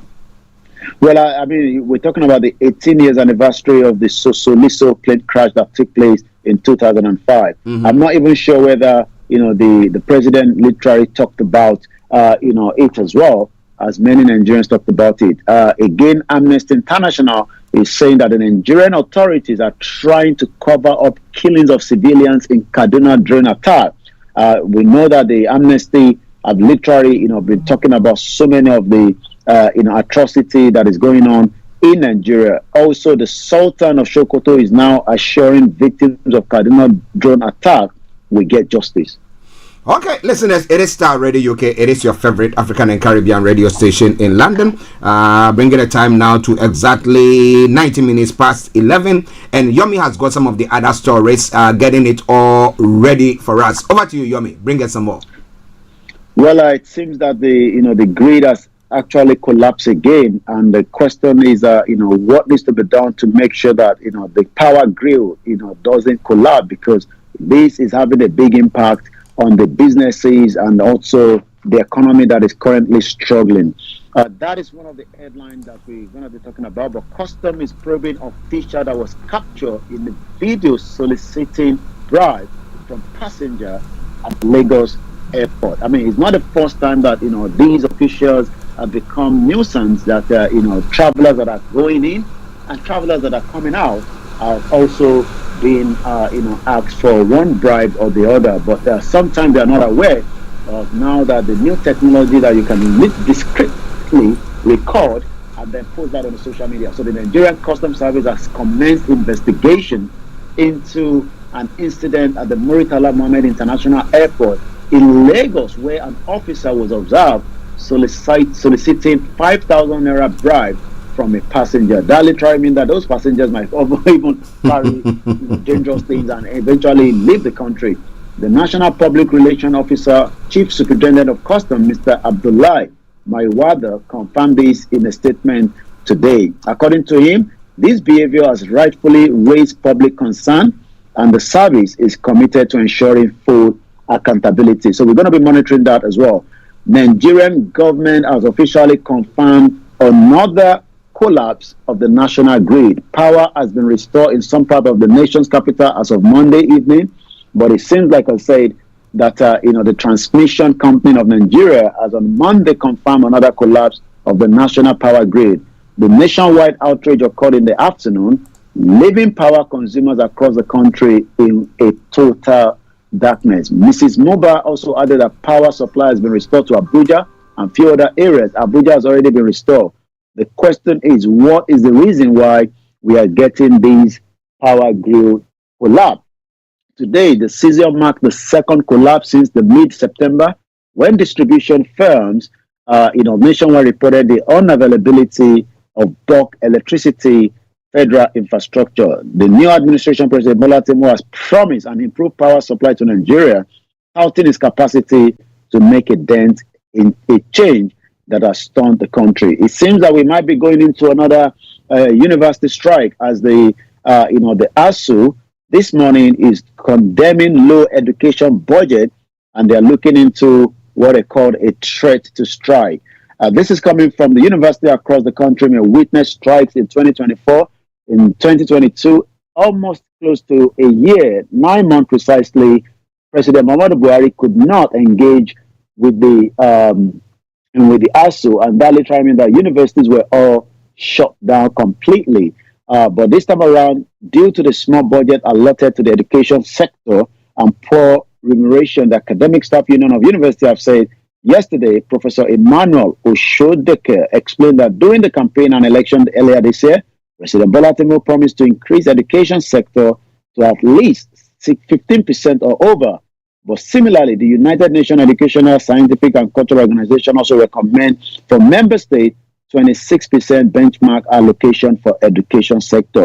He has complained that Nigeria was the country with the least remuneration for professors globally. He also went further to say ASU was dejected when the 2024 education budget was announced to be 2.18 trillion, or just under 7.9% of the budget. So we're going to be following that again. The crisis in the River State, we've talked about that. Let's go straight to Ondo State, another place that is becoming more concerned. The former ex-speaker, Mr. Bamidele, is the immediate former speaker of Ondo State House of Assembly. He speaks about the lingering political crisis in the state.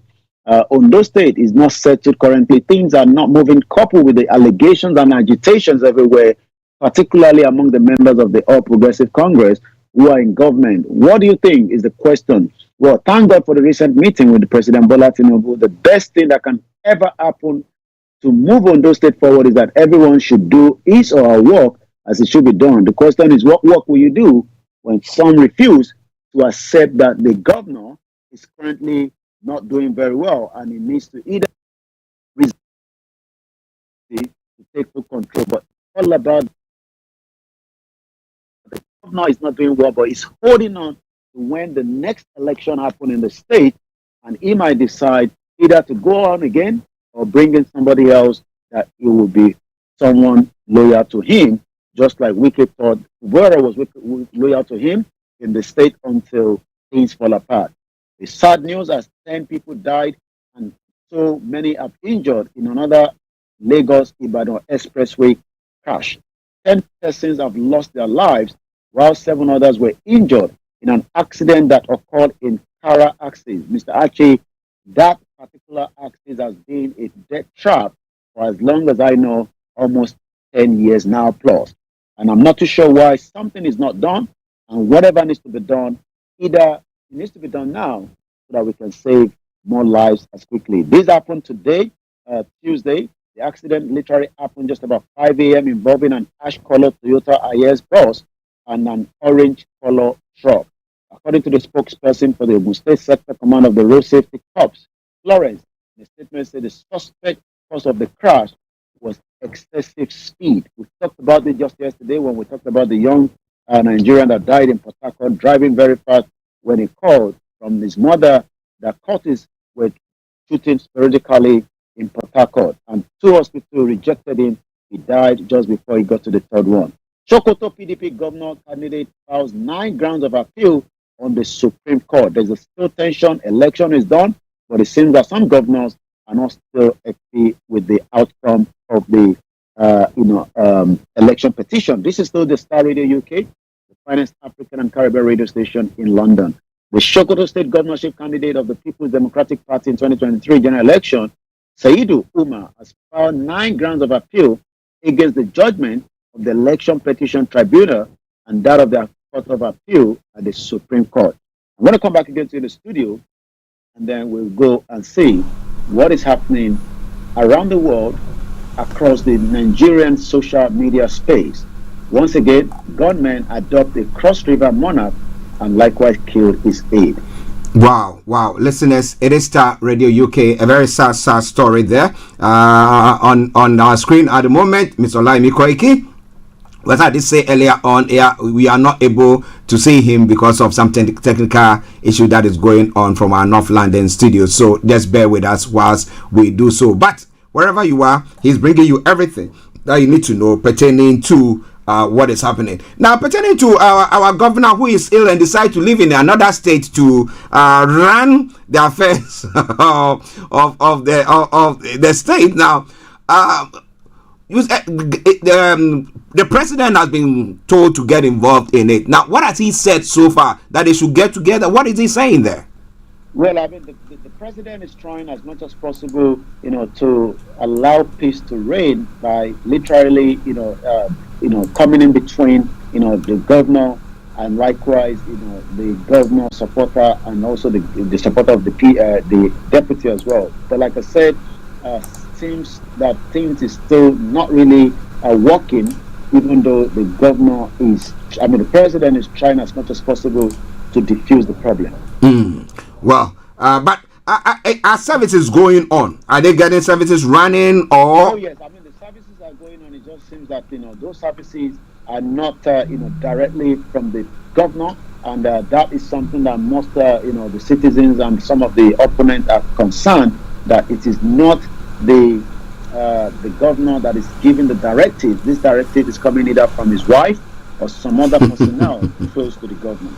So, but what is the political system there? My apologies for probing that way. But what is the political system there? How does it work? If the governor is not well, is it not the deputy who is supposed to take over, or what exactly is going on? Well, that is what the Constitution actually says, but that is not exactly what is happening because since the governor says he's back, but he's not back in the state, and likewise is not in control.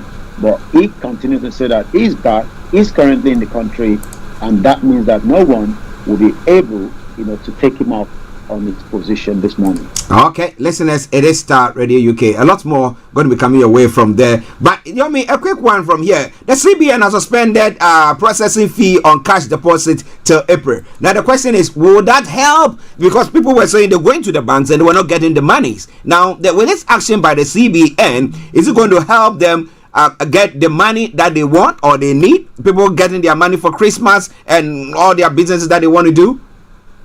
Well, I think the CBN is trying to do whatever is necessary to stabilize, the current state of things in the country. As we all know, the state of things in the country, it's not working, and it's literally becoming deteriorated almost on a daily basis. So suspending that fee again is just to give what we call a stability in the current economic situation of the country. But we will have to continue to monitor, because as the Christmas is looming, it's getting closer, many diasporans are sending money to their loved ones, but their loved ones are already complaining that it's taking days just to withdraw, small amount that have been sent. So if I send 100,000 naira, which is just less than £100 per day because of the exchange rate, that means that it's going to take you 10 days to withdraw that 100,000 naira. But let me ask something. In Ghana, they have this money wallet thing. So if I send money to somebody, the person doesn't necessarily have to go to the bank to go and cash the money. So it goes into, I don't know how it's done, but it goes into the person's account or whatever. So straight into the person's money wallet. So it's on their phone and then straight on. Has Nigeria got a system like that working there? Because I know that Nigeria is more advanced when it comes to things like that. You can literally get the money into the account, but the problem is you can't withdraw it. So you can't. The time we are sending the money in, yes, it goes into your account, but you need to withdraw the money. The bank doesn't have the money, the POS doesn't have the money, and this is where it is getting much more difficult for many people at home. I mean, that is why I said I've sent 100,000 naira. The money automatically goes into your bank account, but to withdraw that money out now, it's going to take you 10 days. What if you want to go and you're going to buy something and you use like online, so you just tap? Oh, yes. I mean, that one can be done. You can literally transfer money between traders. For those that have the network to be able to do so. But as we know, many Nigerians are used to that now. It is something that has become a norm in the country when it comes to buying goods, especially after the whole saga of cashless policy that they were bringing in. But you still have to remember that it is still a country that depends mostly on having that physical cash to be able to buy or purchase whatever you're doing. But many Nigerians now are operating what they call bank-to-bank, P2P transfer. Well, listeners, is it Star Radio UK 11:32? One more story, and I'll let Yomi bring you other he has as well. Now, I will win the battle to keep Nigeria safe. Tinubu is saying President Bola Tinubu on Monday in Maduguri, Borno State, declared that he will win the battle to keep Nigeria safe.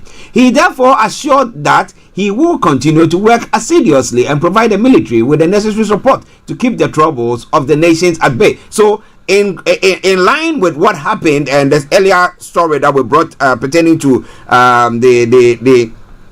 the attack that took place, or the mistake that took place that cost people around 150 people's lives. Now he is saying that he will win.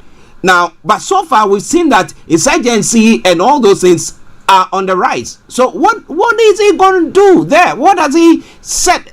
A different thing or something special has he said there that makes people believe that he's going to do that? Well, I think the president is trying to almost make himself different from the previous administration. It's all about each one of them coming up to say we will do something different. We will do something different. We will do something different. We will do something different. But what different will they do? That is eventually going to have that impact. In the economy, in securing Nigerians. We still have many Nigerians that are in the den of these kidnappers. All these matters a lot. But like I said, we will just have to monitor and see if his word will become action. Well, listeners, it's Star Radio UK 11:34. Yomi is going to bring you the rest. But another good news for Nigeria, another Nigerian billionaire is saying that he's going to build or is building a new refinery. So, that is good for the country, isn't it? Well, I mean, yes, whatever is going to bring in, stability for especially the downstream, for many Nigerians, rely on these, petrol to be able to operate. We've been talking about the power, drill collapsing. But yes, I mean, this is another project. But again, how long is it going to take to build it? It took Dangote so much time until the first 1 million barrel has now been pumped into his machine to start producing, but he's still expecting about 5 million. So we're talking about long-term project, which I think, private investor do when country has stability and the economy is working.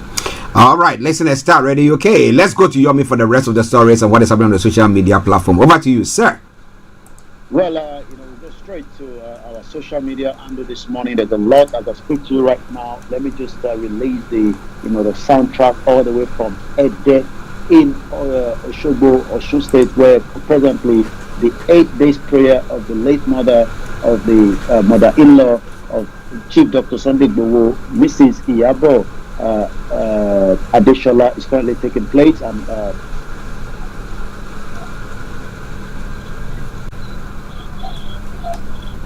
so that is one of the chief imam that is currently, doing the, what they call the Fidal prayer. This started some almost 2 hours ago, being broadcast across the globe from different networks and our own platforms presently as we speak right now. So we pray for the departed soul, and we continue to pray for the family as well. A lot of things is trending this morning on the social media space. Article seems to be trending. Let's pick what article is trending. Article is actually congratulating Oshola on the CAF 2023 winning. The People's Democratic Party presidential candidate Atiku Abubakar has congratulated Victor Osehan and Asisat, on winning 2023 African players, and that is why Atiku seems to be trending this morning. Not too sure maybe Tinubu hasn't picked up that yet. Yoruba is trending at 27,000 posts already this morning. As we know, the Yoruba people has a lot of rich cultural heritage and deep-rooted traditions, even though, like we say, with the background of what is happening all the way in Ede, we have the Christians, we have the Muslims, we have the traditional, they all come together, regardless of your faith. When it comes to Yoruba side, religion is not something that we fight about. Also, a lot of discussion this morning on the social media, and also people are still complaining that they can't buy gari, as the hardship is becoming very difficult. Yesterday I was, and I think the reason why Yoruba is trending is because of Asisa Ifakonsho say congrats to Agbabala, the first Yoruba footballer that ever did, the greatest of our time, has won it for 6 times. CAF doesn't even need to speak in Yoruba before you know that Yoruba is a global language. Yoruba is the most spoken language in Africa and outside Africa as well. Also, as we we look into that, Fisayo Shohamba say Yoruba Lokon, when it is time to the court, the vote, Emi Lokon, when it is time to redistribute the loot, Yoruba Lokon, and Gbogbowa Lokon, when it is time to circulate the suffering. So you can see the mixture there as well. So congratulations to those that won this CAF as well. What is also trending? Tsunami is trending. Home Office trending. I'm sure we're all monitoring what is happening, that the MP will be voting on a very crucial debate later on a bill rather this morning on Starr Radio UK. Actually, we're giving you a little bit more about that. Also, Fubara is trending. The current governor of Rivers State is trending. And also a lot of congratulations message to Nigeria, and I guess it's got to do with the CAF, where many Nigerians are congratulating both the full footballer for bringing glory to them as well. And that would be what is happening on the social media this morning. As I return back again to you, as revolutionaries, never trust people like these in your midst identity and uproot them out of your movement. I remember this RF falling out with the Yoruba nation. Now I see why he and Otumba never agreed. The first video is Are Yoruba Nation, and the second of Are DC. So I'm not too sure, what that is all about. As many still, not aligned with the self-determination, and that is how far we can go this morning. Wow, listeners, let me say thank you very much, Mr. Olayomi Koiki, and to the mother-in-law of Chief Dr. Sunday Igboho, who is being prepared to lay to rest. We say may her soul rest in perfect peace, and to the family as well, our condolences once again. Yomi, let me say thank you very much for this wonderful time once again. Thank you so much, and have a very great day to all our listeners. Bye for now. Bye.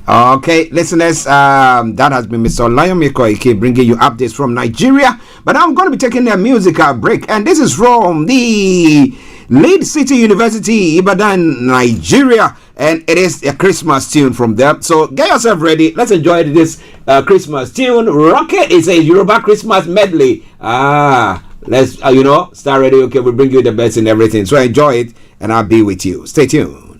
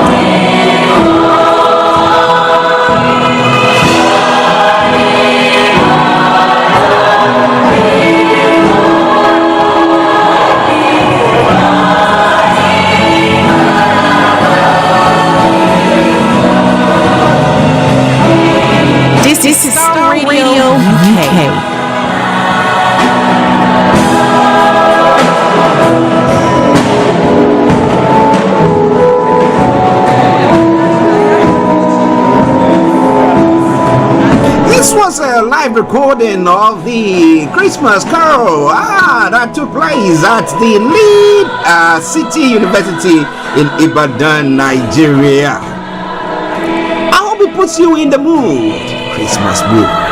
This morning I woke up and the missus was telling me, I want some decorations because I'm not in the mood. I'm not letting them feel the mood, the Christmas there. So maybe tomorrow, by the time we come back, we have some nice Christmas decorations and some lights, putting everybody in the mood, right? Okay, but I hope that whatever discussions that we are having and everything that we are looking at this morning has actually put you in that mood once again. This is all coming your way from Starr Radio UK. It is your favorite African and Caribbean radio station in London at 11:44.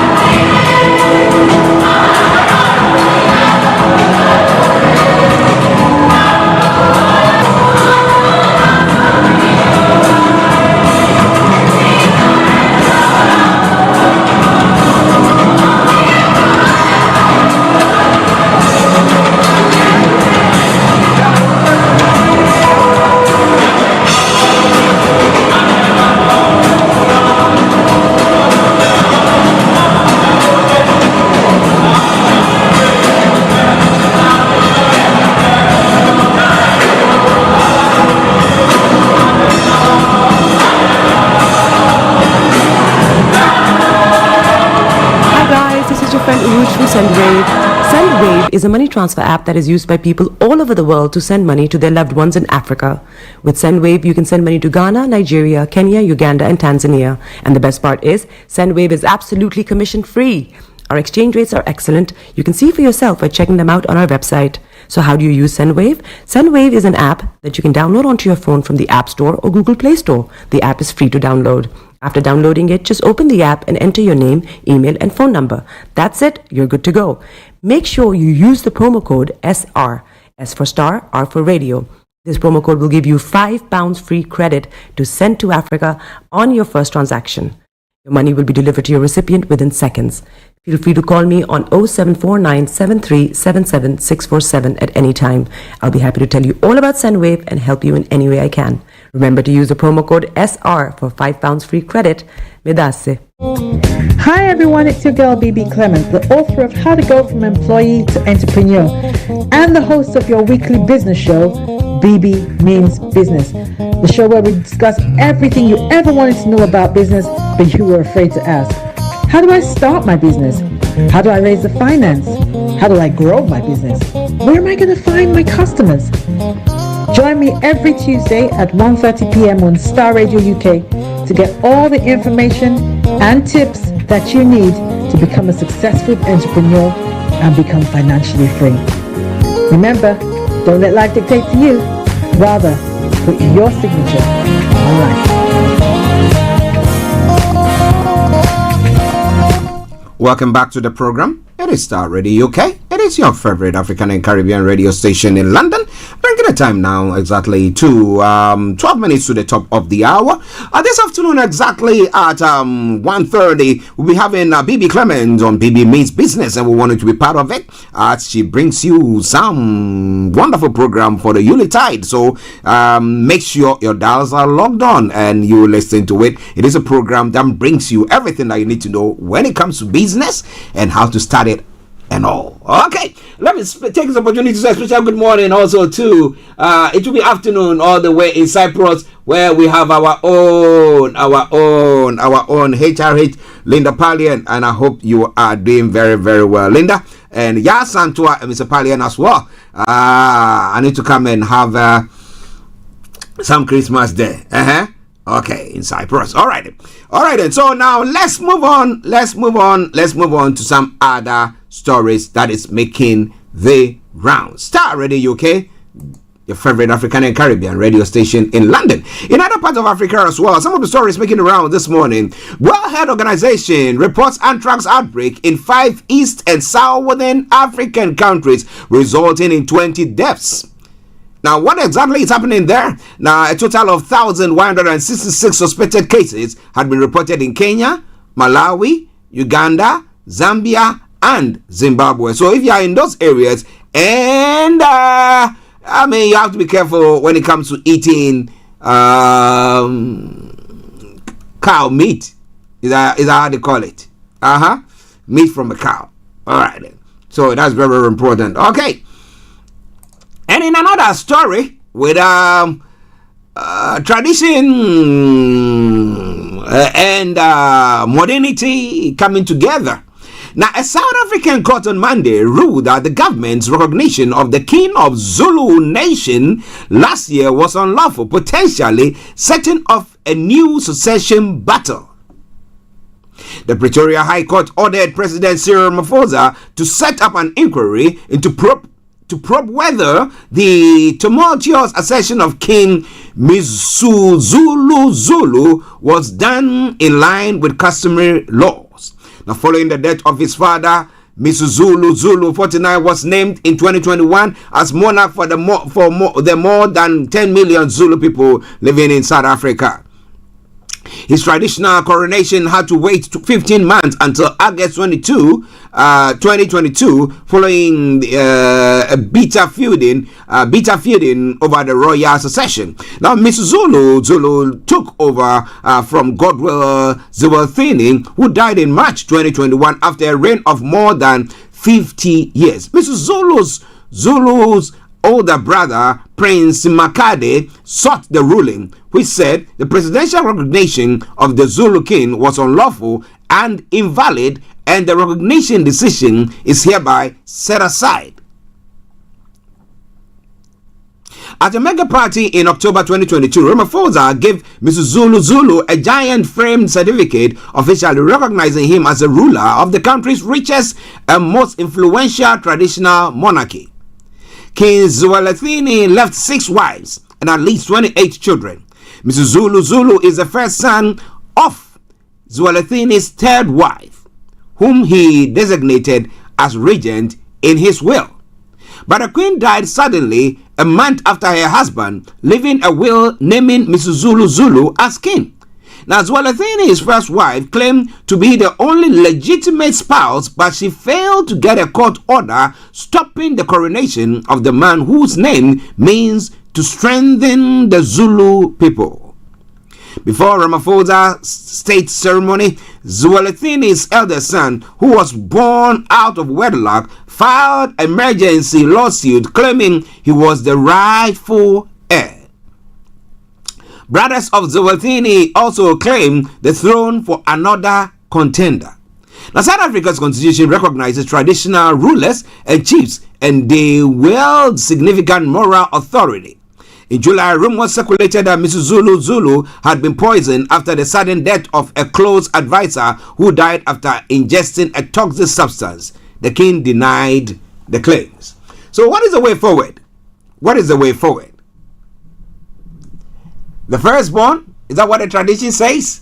Is it because he was birthed out of wedlock? And therefore, they would say that it's not the right heir? Oh boy. Okay, listeners. This is Starr Radio UK. This is the Tuesday edition of the morning show. To all of you on the various platforms watching us as well, I salute each and every one of you, and I say thank you, thank you, thank you. In another story making the rounds in South Africa, a sad one this time round, renowned South African Afro-pop sensation Bulewa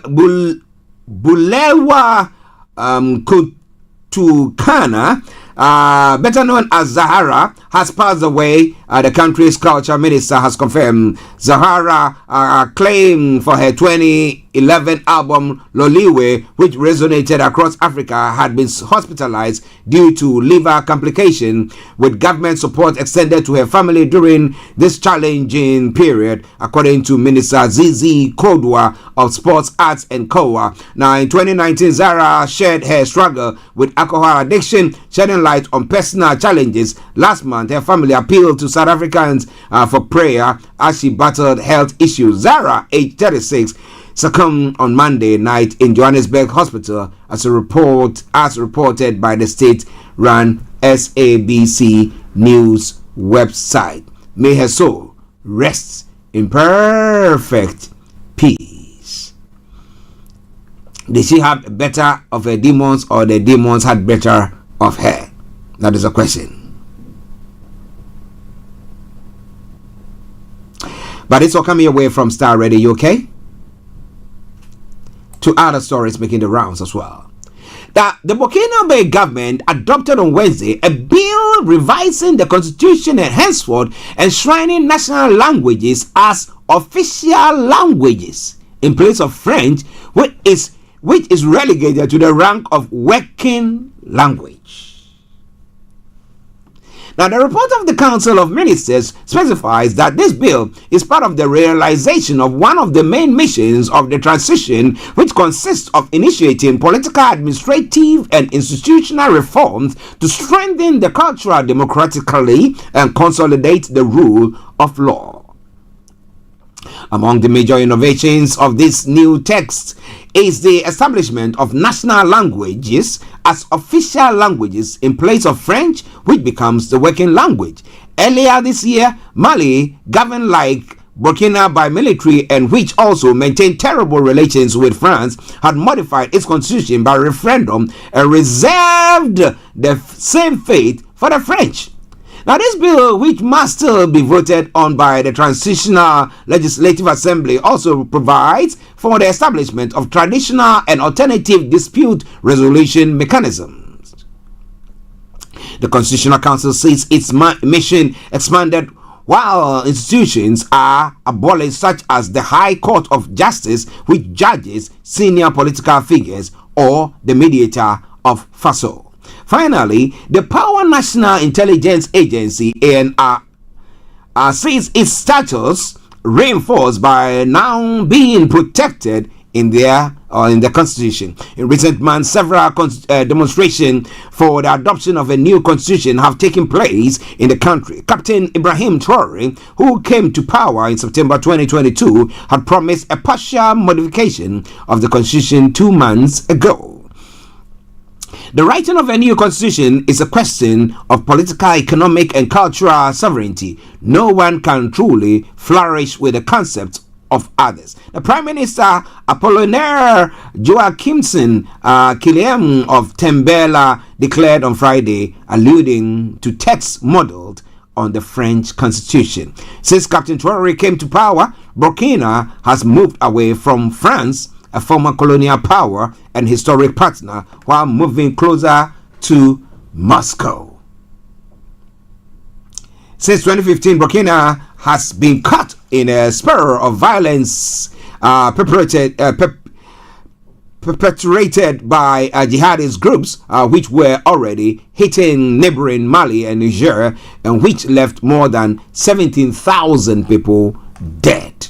Listeners, this is Starr Radio UK, and this is the Tuesday edition of the morning show.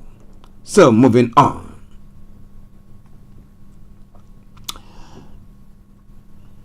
In Egypt, for the second consecutive day on Monday, 67 million Egyptians were called upon to choose their future president, a vote won by the outgoing Abdel Fattah al-Sisi in power since he overthrew the Islamic Mohammed Morsi in 2013. I've come to vote for the president in the difficult circumstances our country is going through, said Nadia Kahin, 67, who met correspondents outside the polling station in an affluent district of Cairo. Now, this election, the third and last according to their constitution, that Mr. CC69 is expected to win, comes at a time when war has been raging since October between Israel and the Palestinian Hamas in Gaza Strip bordering Egypt, and when the most populous Arab country is caught up in the worst economic crisis in its history.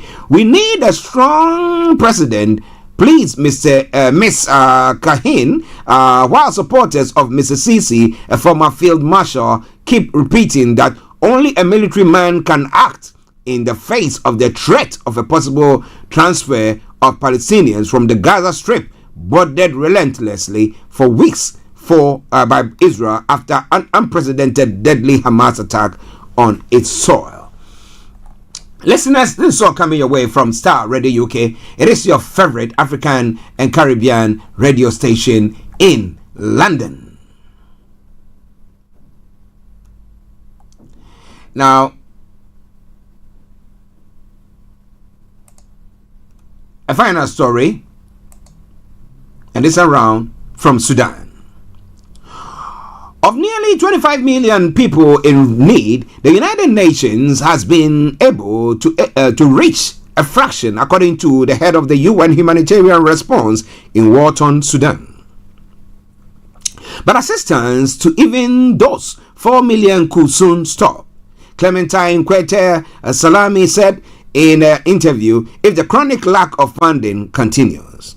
The UN humanitarian coordinator for the Sudan says 8 months into a conflict between rival generals that has torn the country apart, the situation is catastrophic. Aid workers have called it the forgotten war. On April 15, Army Chief Abdel Fattah al-Bahrain and his former deputy Mohammed Hamdan Daglo, who commands the paramilitary rapid support forces, turned their weapons on each other. 2 years after the former allies co-engineered the 2021 coup, sidelining civilians from power, their forces have killed more than 12,190 people in their brutal struggle for power, according to the Armed Conflict Location and Event Data Project. Now, the figure is only a conservative estimate. However, with entire parts of the country completely cut off from the world, there are also 7 million people displaced in Sudan, which is the highest displacement situation globally. Yet, despite the scale of the crisis, the humanitarian response remains woefully underfunded. Now, we've received only 38.6% of the total of 2.6 billion needed for 2023. Kweta Salami said there will come a time when even if we have physical access, we will not have the resources to enable us to channel the relevant assistance that we need to do, she warned.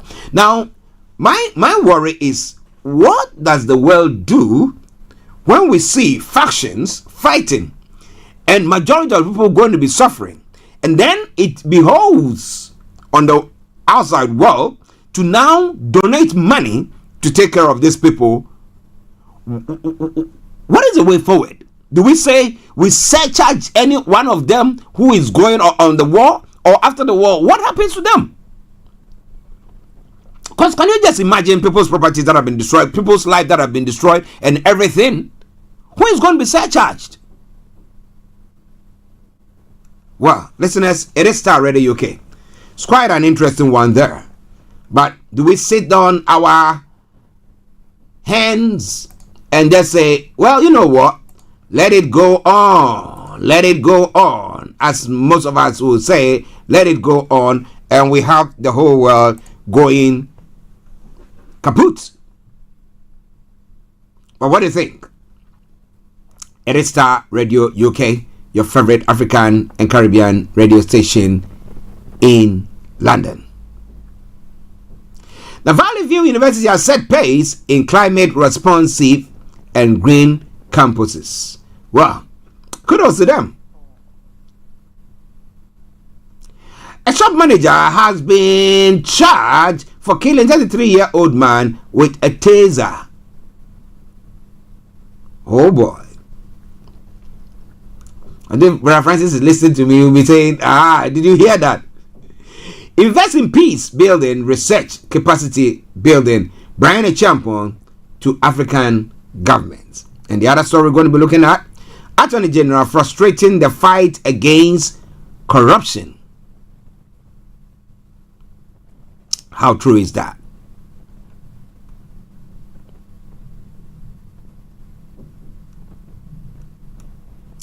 Okay, so let's kick off from this point. In preparation for the elections that's going to be taking place in 2024, now the Ghana Police Service yesterday received 200 motorbikes from the Electricity Company of Ghana as part of the company's effort to bolster police operations nationwide. Isn't it interesting? Now, Electricity Company of Ghana is saying that they don't have the means, and they'll be charging people and all sorts. But the donation which took place at the National Police Headquarters was attended by the members of the Police Management Board and some of the staff of the ECG as well. The board chairman of the ECG, Mr. Kelly Gajipo, who led the management of the company for the donation, also pledged a further 800 bikes to be delivered in batches. The Inspector General of Police, Dr. George Ekufu Dampare, expresses gratitude to the management of ECG for the donation. Is it something to help them so that once they have what do you call it?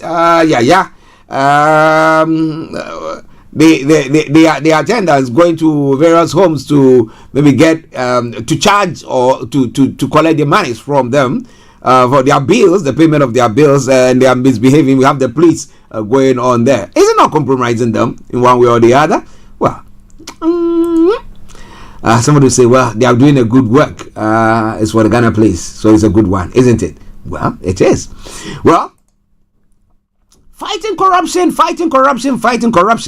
The Member of Parliament for Ketu North and Chairman of the Public Accounts Committee of Parliament, James Kluche Aveti, has accused the Attorney General of frustrating the state's fight against corruption.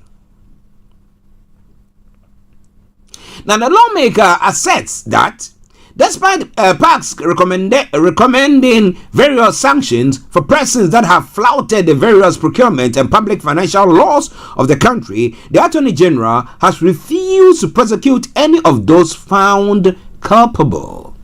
Is it because they are in or they are from his camp? Now, since 2019, I have started referring to people who flout the financial laws of the country, especially the Public Procurement Act. All the things the committee has referred to the Attorney General for prosecution, and the House has adopted the report. As we speak today, no action has been taken by the Attorney General to prosecute these people. Now, there was a case where they said for misrepresenting himself and the fact that he did not disown his identity as a Canadian citizen, so he had dual citizenship, and then he ran for parliamentary position, and that is the NDC member of Parliament, Jachi Kwesi. Now, you see the speed at which the Attorney General decided to prosecute this case. And they are on and on and on. But you ask yourself the question, how will that benefit the state? You get it? How would that actually benefit the state? Because assuming even they decide that, okay, whatever he did is unlawful, so we want to rerun another election,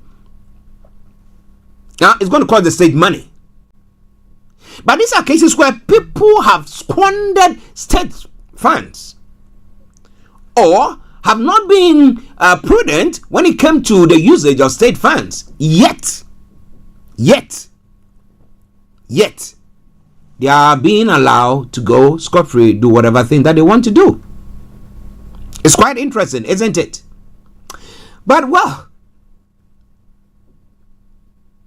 people who squandered monies, you know, when people are looking for power or are looking for votes, They tell you all sorts, promise heaven and earth, that when we come in, this is what we're going to do. We're going to catch that one. We're going to whip that one. We're going to do that thing. And we're going to say that. And we're going to do that. And the moment they take power, I don't know what that's saying. That says that what? My apologies. Maybe I need some power this morning.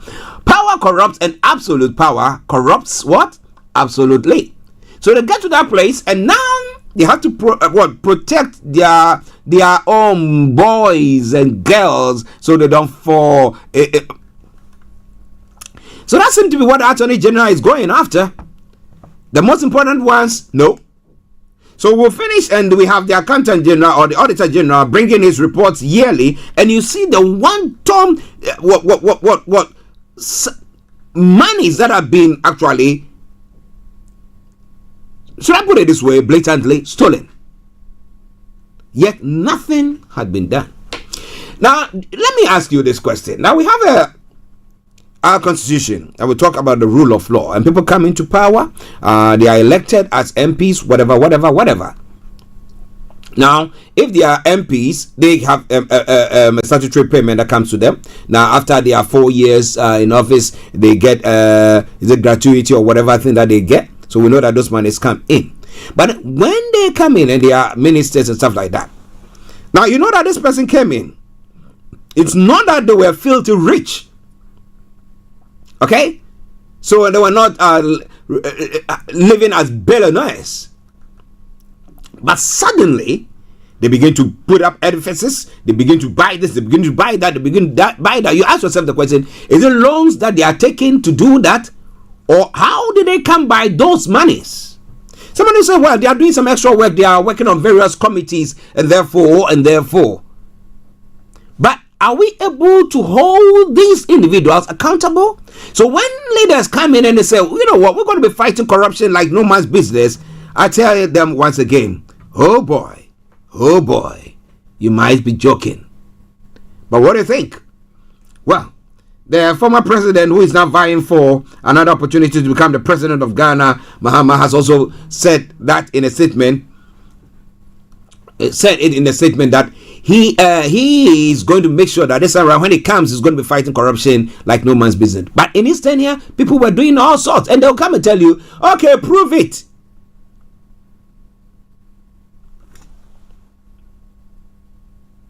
I rest my case. Listeners, it is Starr Radio UK. 11 minutes past 12 the time. If you want to hop in, feel free. Hop in, hop out as you wish. And I tell you that I'm going to make sure everything that you need to know or you have posted or you want to share, allow you to do so. So wherever you are, don't even think of touching the dial. Let me bring you this story as well. Aberdeen MP and Minister for Food and Agriculture, Dr. Brian Champon, has urged African governments to invest in peace-building research and capacity building of its security forces. He made this known on the 12th joint graduation of the Masters of Arts in Conflicts, Peace and Security, and Masters of Arts in Gender, Peace and Security of the Kofi Annan International Peacekeeping Training Center. The former Minister of State at the Interior and National Security Ministries added that the emerging emphasis on the localization of peace building strategies impresses upon agencies to embrace partnerships to develop African-centered research that solve African problems. Now, while liberal peace has dominated peace-building policy and practice in Africa, institutions or stakeholders differ in their approaches to peace-building policies and practice in Africa. Now, regional actors, due to their proximity, usually have a more intimate understanding of the country in crisis and greater knowledge of local conflicts, dynamics, contexts, and actors. They are also better at understanding the cultural sensitivities and cultural effective and acceptable ways of managing crisis, both in conflict situations and post-conflict phases, Brian Champon asserted.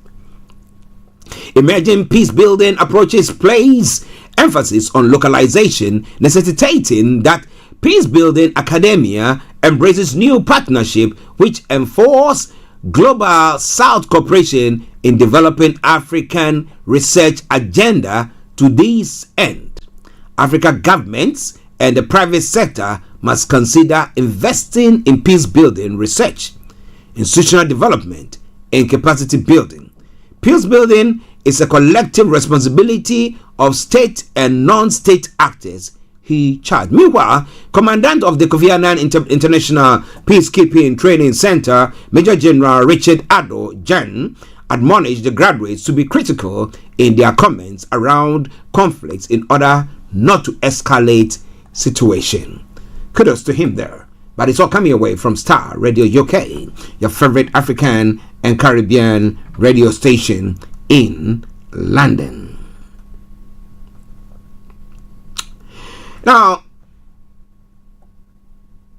moving on, there was one other story that I saw, but we'll touch on that tomorrow, God willing. But moving on from there, moving on to other parts of the world as well, to look at some of the stories making the rounds this morning. 3 teenagers die and 2 are seriously injured after crash between car and bus in South Wales. Of late, there have been lots of crashes in South Wales.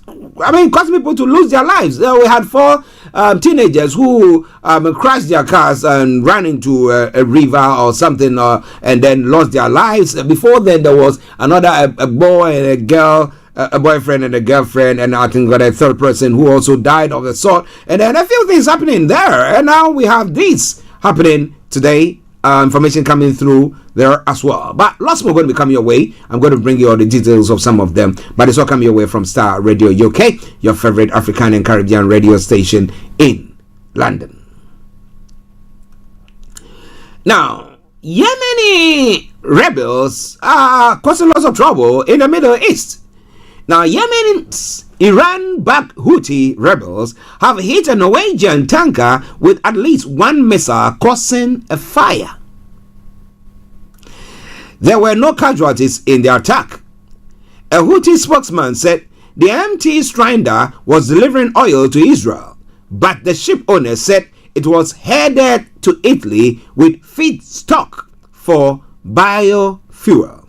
The group has vowed to block ships of any nation heading to Israel until Israel stops its offensive on Gaza, in what the Houthis say is a show of support for the Palestinians. The United States has said it will consider appropriate responses to any such attacks, which is described as fully enabled by Iran. Now, Houthi military spokesman Yahya Saree said in a televised statement that the ship was targeted on Monday after its crew refused to respond to warnings. He said the group had prevented several ships from passing through Yemeni waters in recent days. The MT Strider was attacked in the Bab el Mandeb Strait at the entrance to the Red Sea. The missile caused a fire on board the ship, but it was extinguished and the ship was able to make its way onto a safe port. The ship owners J. Ludwig Monikels Redry said in a statement. They added that 30-member crew, who are all Indian citizens, were unharmed. The U.S. Navy destroyer provided assistance to the MT Strider after receiving a Mayday call for U.S. officials have said. The Bab el Mandeb Strait is a 20-mile wide channel that separates Eritrea and Djibouti in the African side from Yemen on the Arabian Peninsula. All right then, it is Starr Radio UK. About 17,000 ships and 10% of global trade pass through it every year. Any ship passing through the Suez Canal to or from the Indian Ocean has to come this way. The Houthis, who are fighting Yemen's Saudi-backed government, have declared themselves part of an axis of resistance of Iran's affiliated groups opposing Israel, the US, and the wider West. This is all coming your way from Starr Radio UK. It is your favorite African and Caribbean radio station in London. Bringing the time now to 18 minutes past the top of the hour. And it is the Tuesday edition of the morning show. We've got another 12 minutes to bring the program to a close. But like I said earlier on, this afternoon exactly at 1:30, we'll be having BB Clement coming your way with BB Means Business. Okay. Now let's move on from there. Let's move on from there to have a look of a couple of other stories making the rounds in other parts of the world, and then we will come to the UK.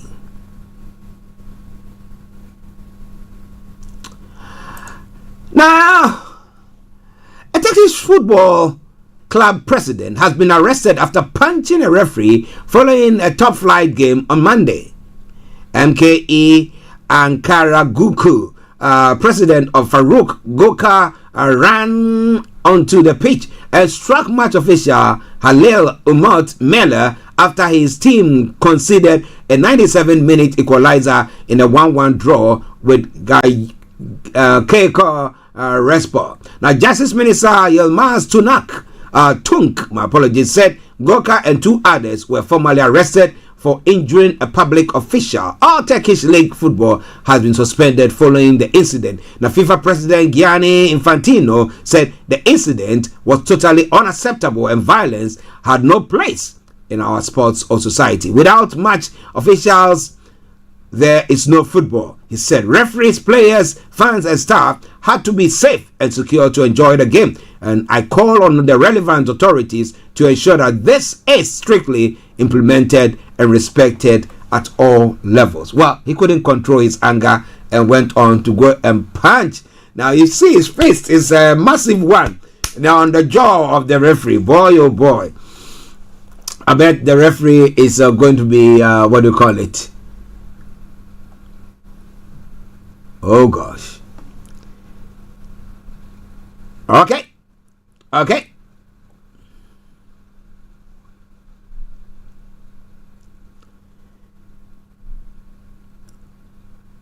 Well, now moving on to the UK and looking at some of the other stories making the round this morning.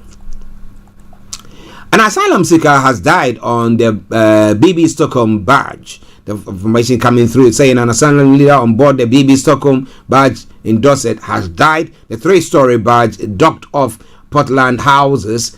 People awaiting the outcome of the asylum application that has capacity of 500 men. Dorset police said it was notified of a sudden death of a BB Stockholm resident just after 06:20 GMT, and its officers are carrying out inquiries. The Home Office said it was aware of the reports of an incident involving an asylum seeker on board. The coroner's office has been notified of the death. Now, several sources said the person who died is thought to have taken his own life. A source familiar with the incident said the death happened in one of the more than 200 shared cabins on board. Steve Smith, CEO of refugee charity Care for Carlisle, said our thoughts are with the person who has lost their lives and their family and their friends. He said those on board the BB Stockholm will be experiencing a deep feeling of grief and worry today, adding the UK government must take responsibility for this human tragedy. Details of the incident and age and nationality of the person who has died are yet to be confirmed. May his soul rest in perfect peace. This is Starr Radio UK, your favorite African and Caribbean radio station in London.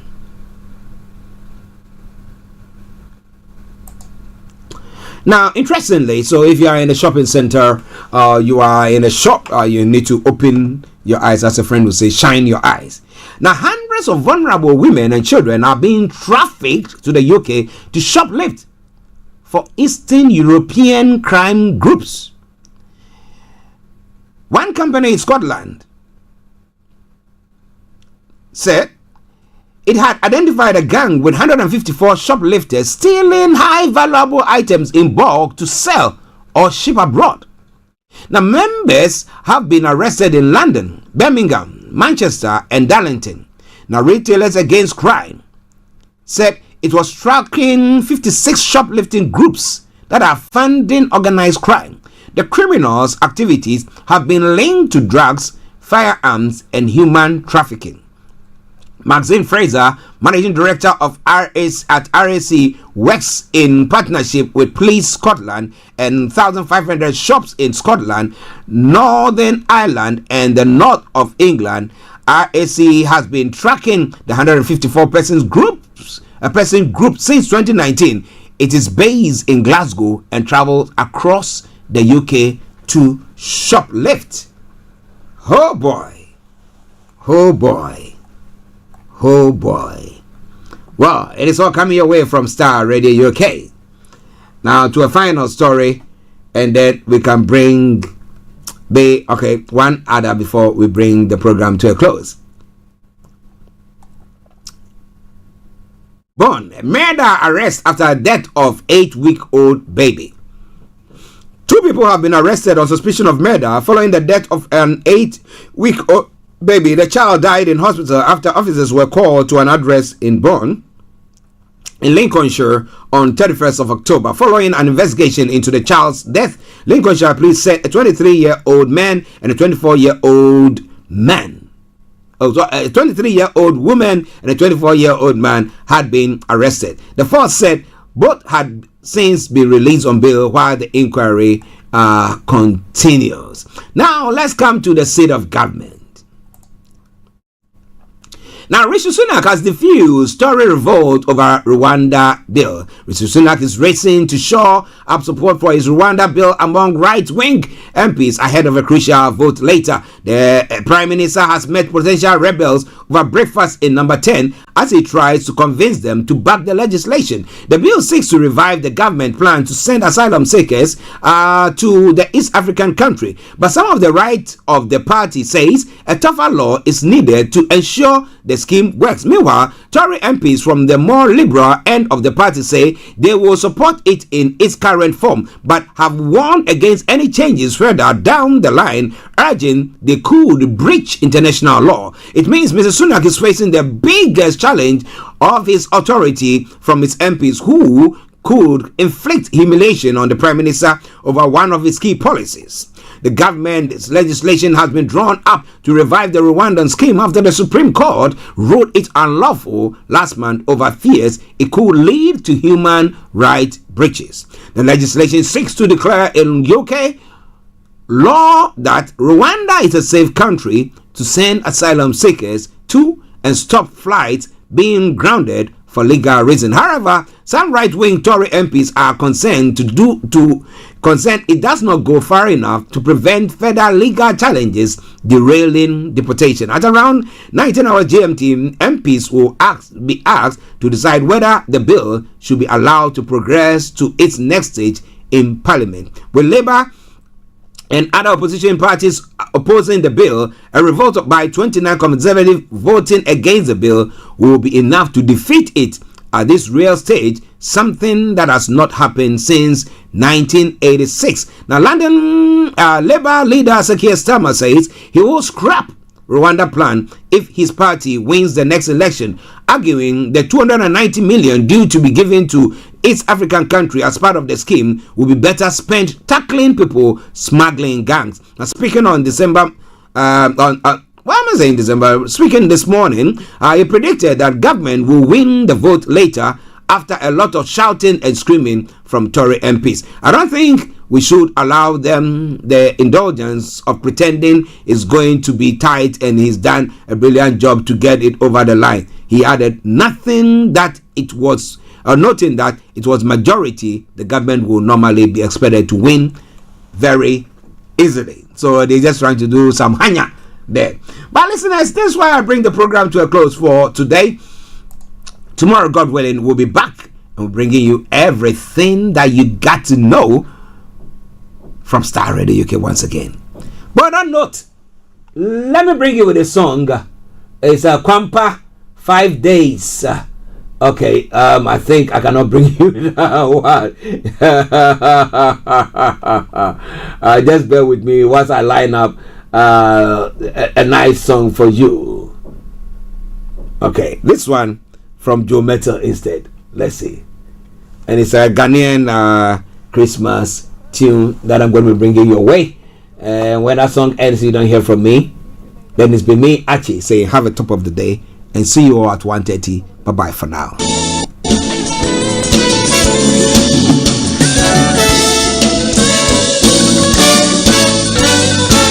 You know this one? Yeah,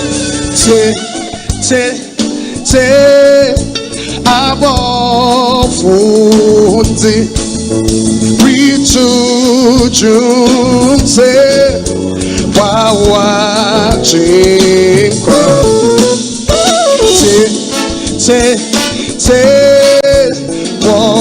warichuwaye inyumbe enyo nyamkenyamiwo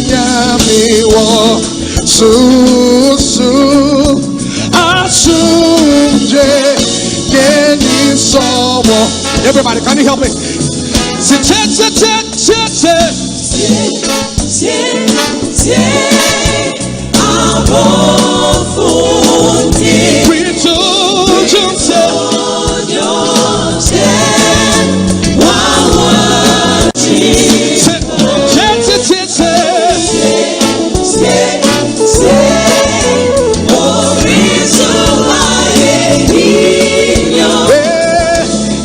This is Starr Radio. This is Starr Radio UK.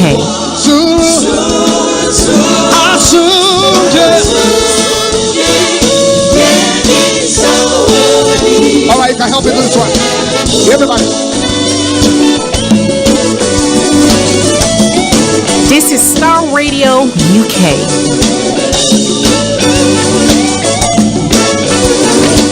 Put up. So there's something we want to do. You want to help us do it. It's a call and respond. So when I say, then you respond. Is that okay? It's very simple.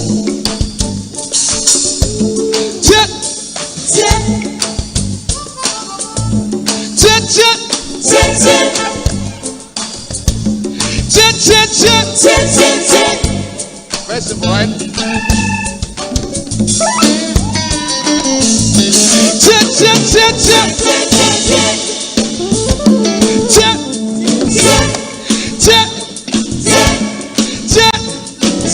So that's simple. Are you ready now? 1, 2. Check.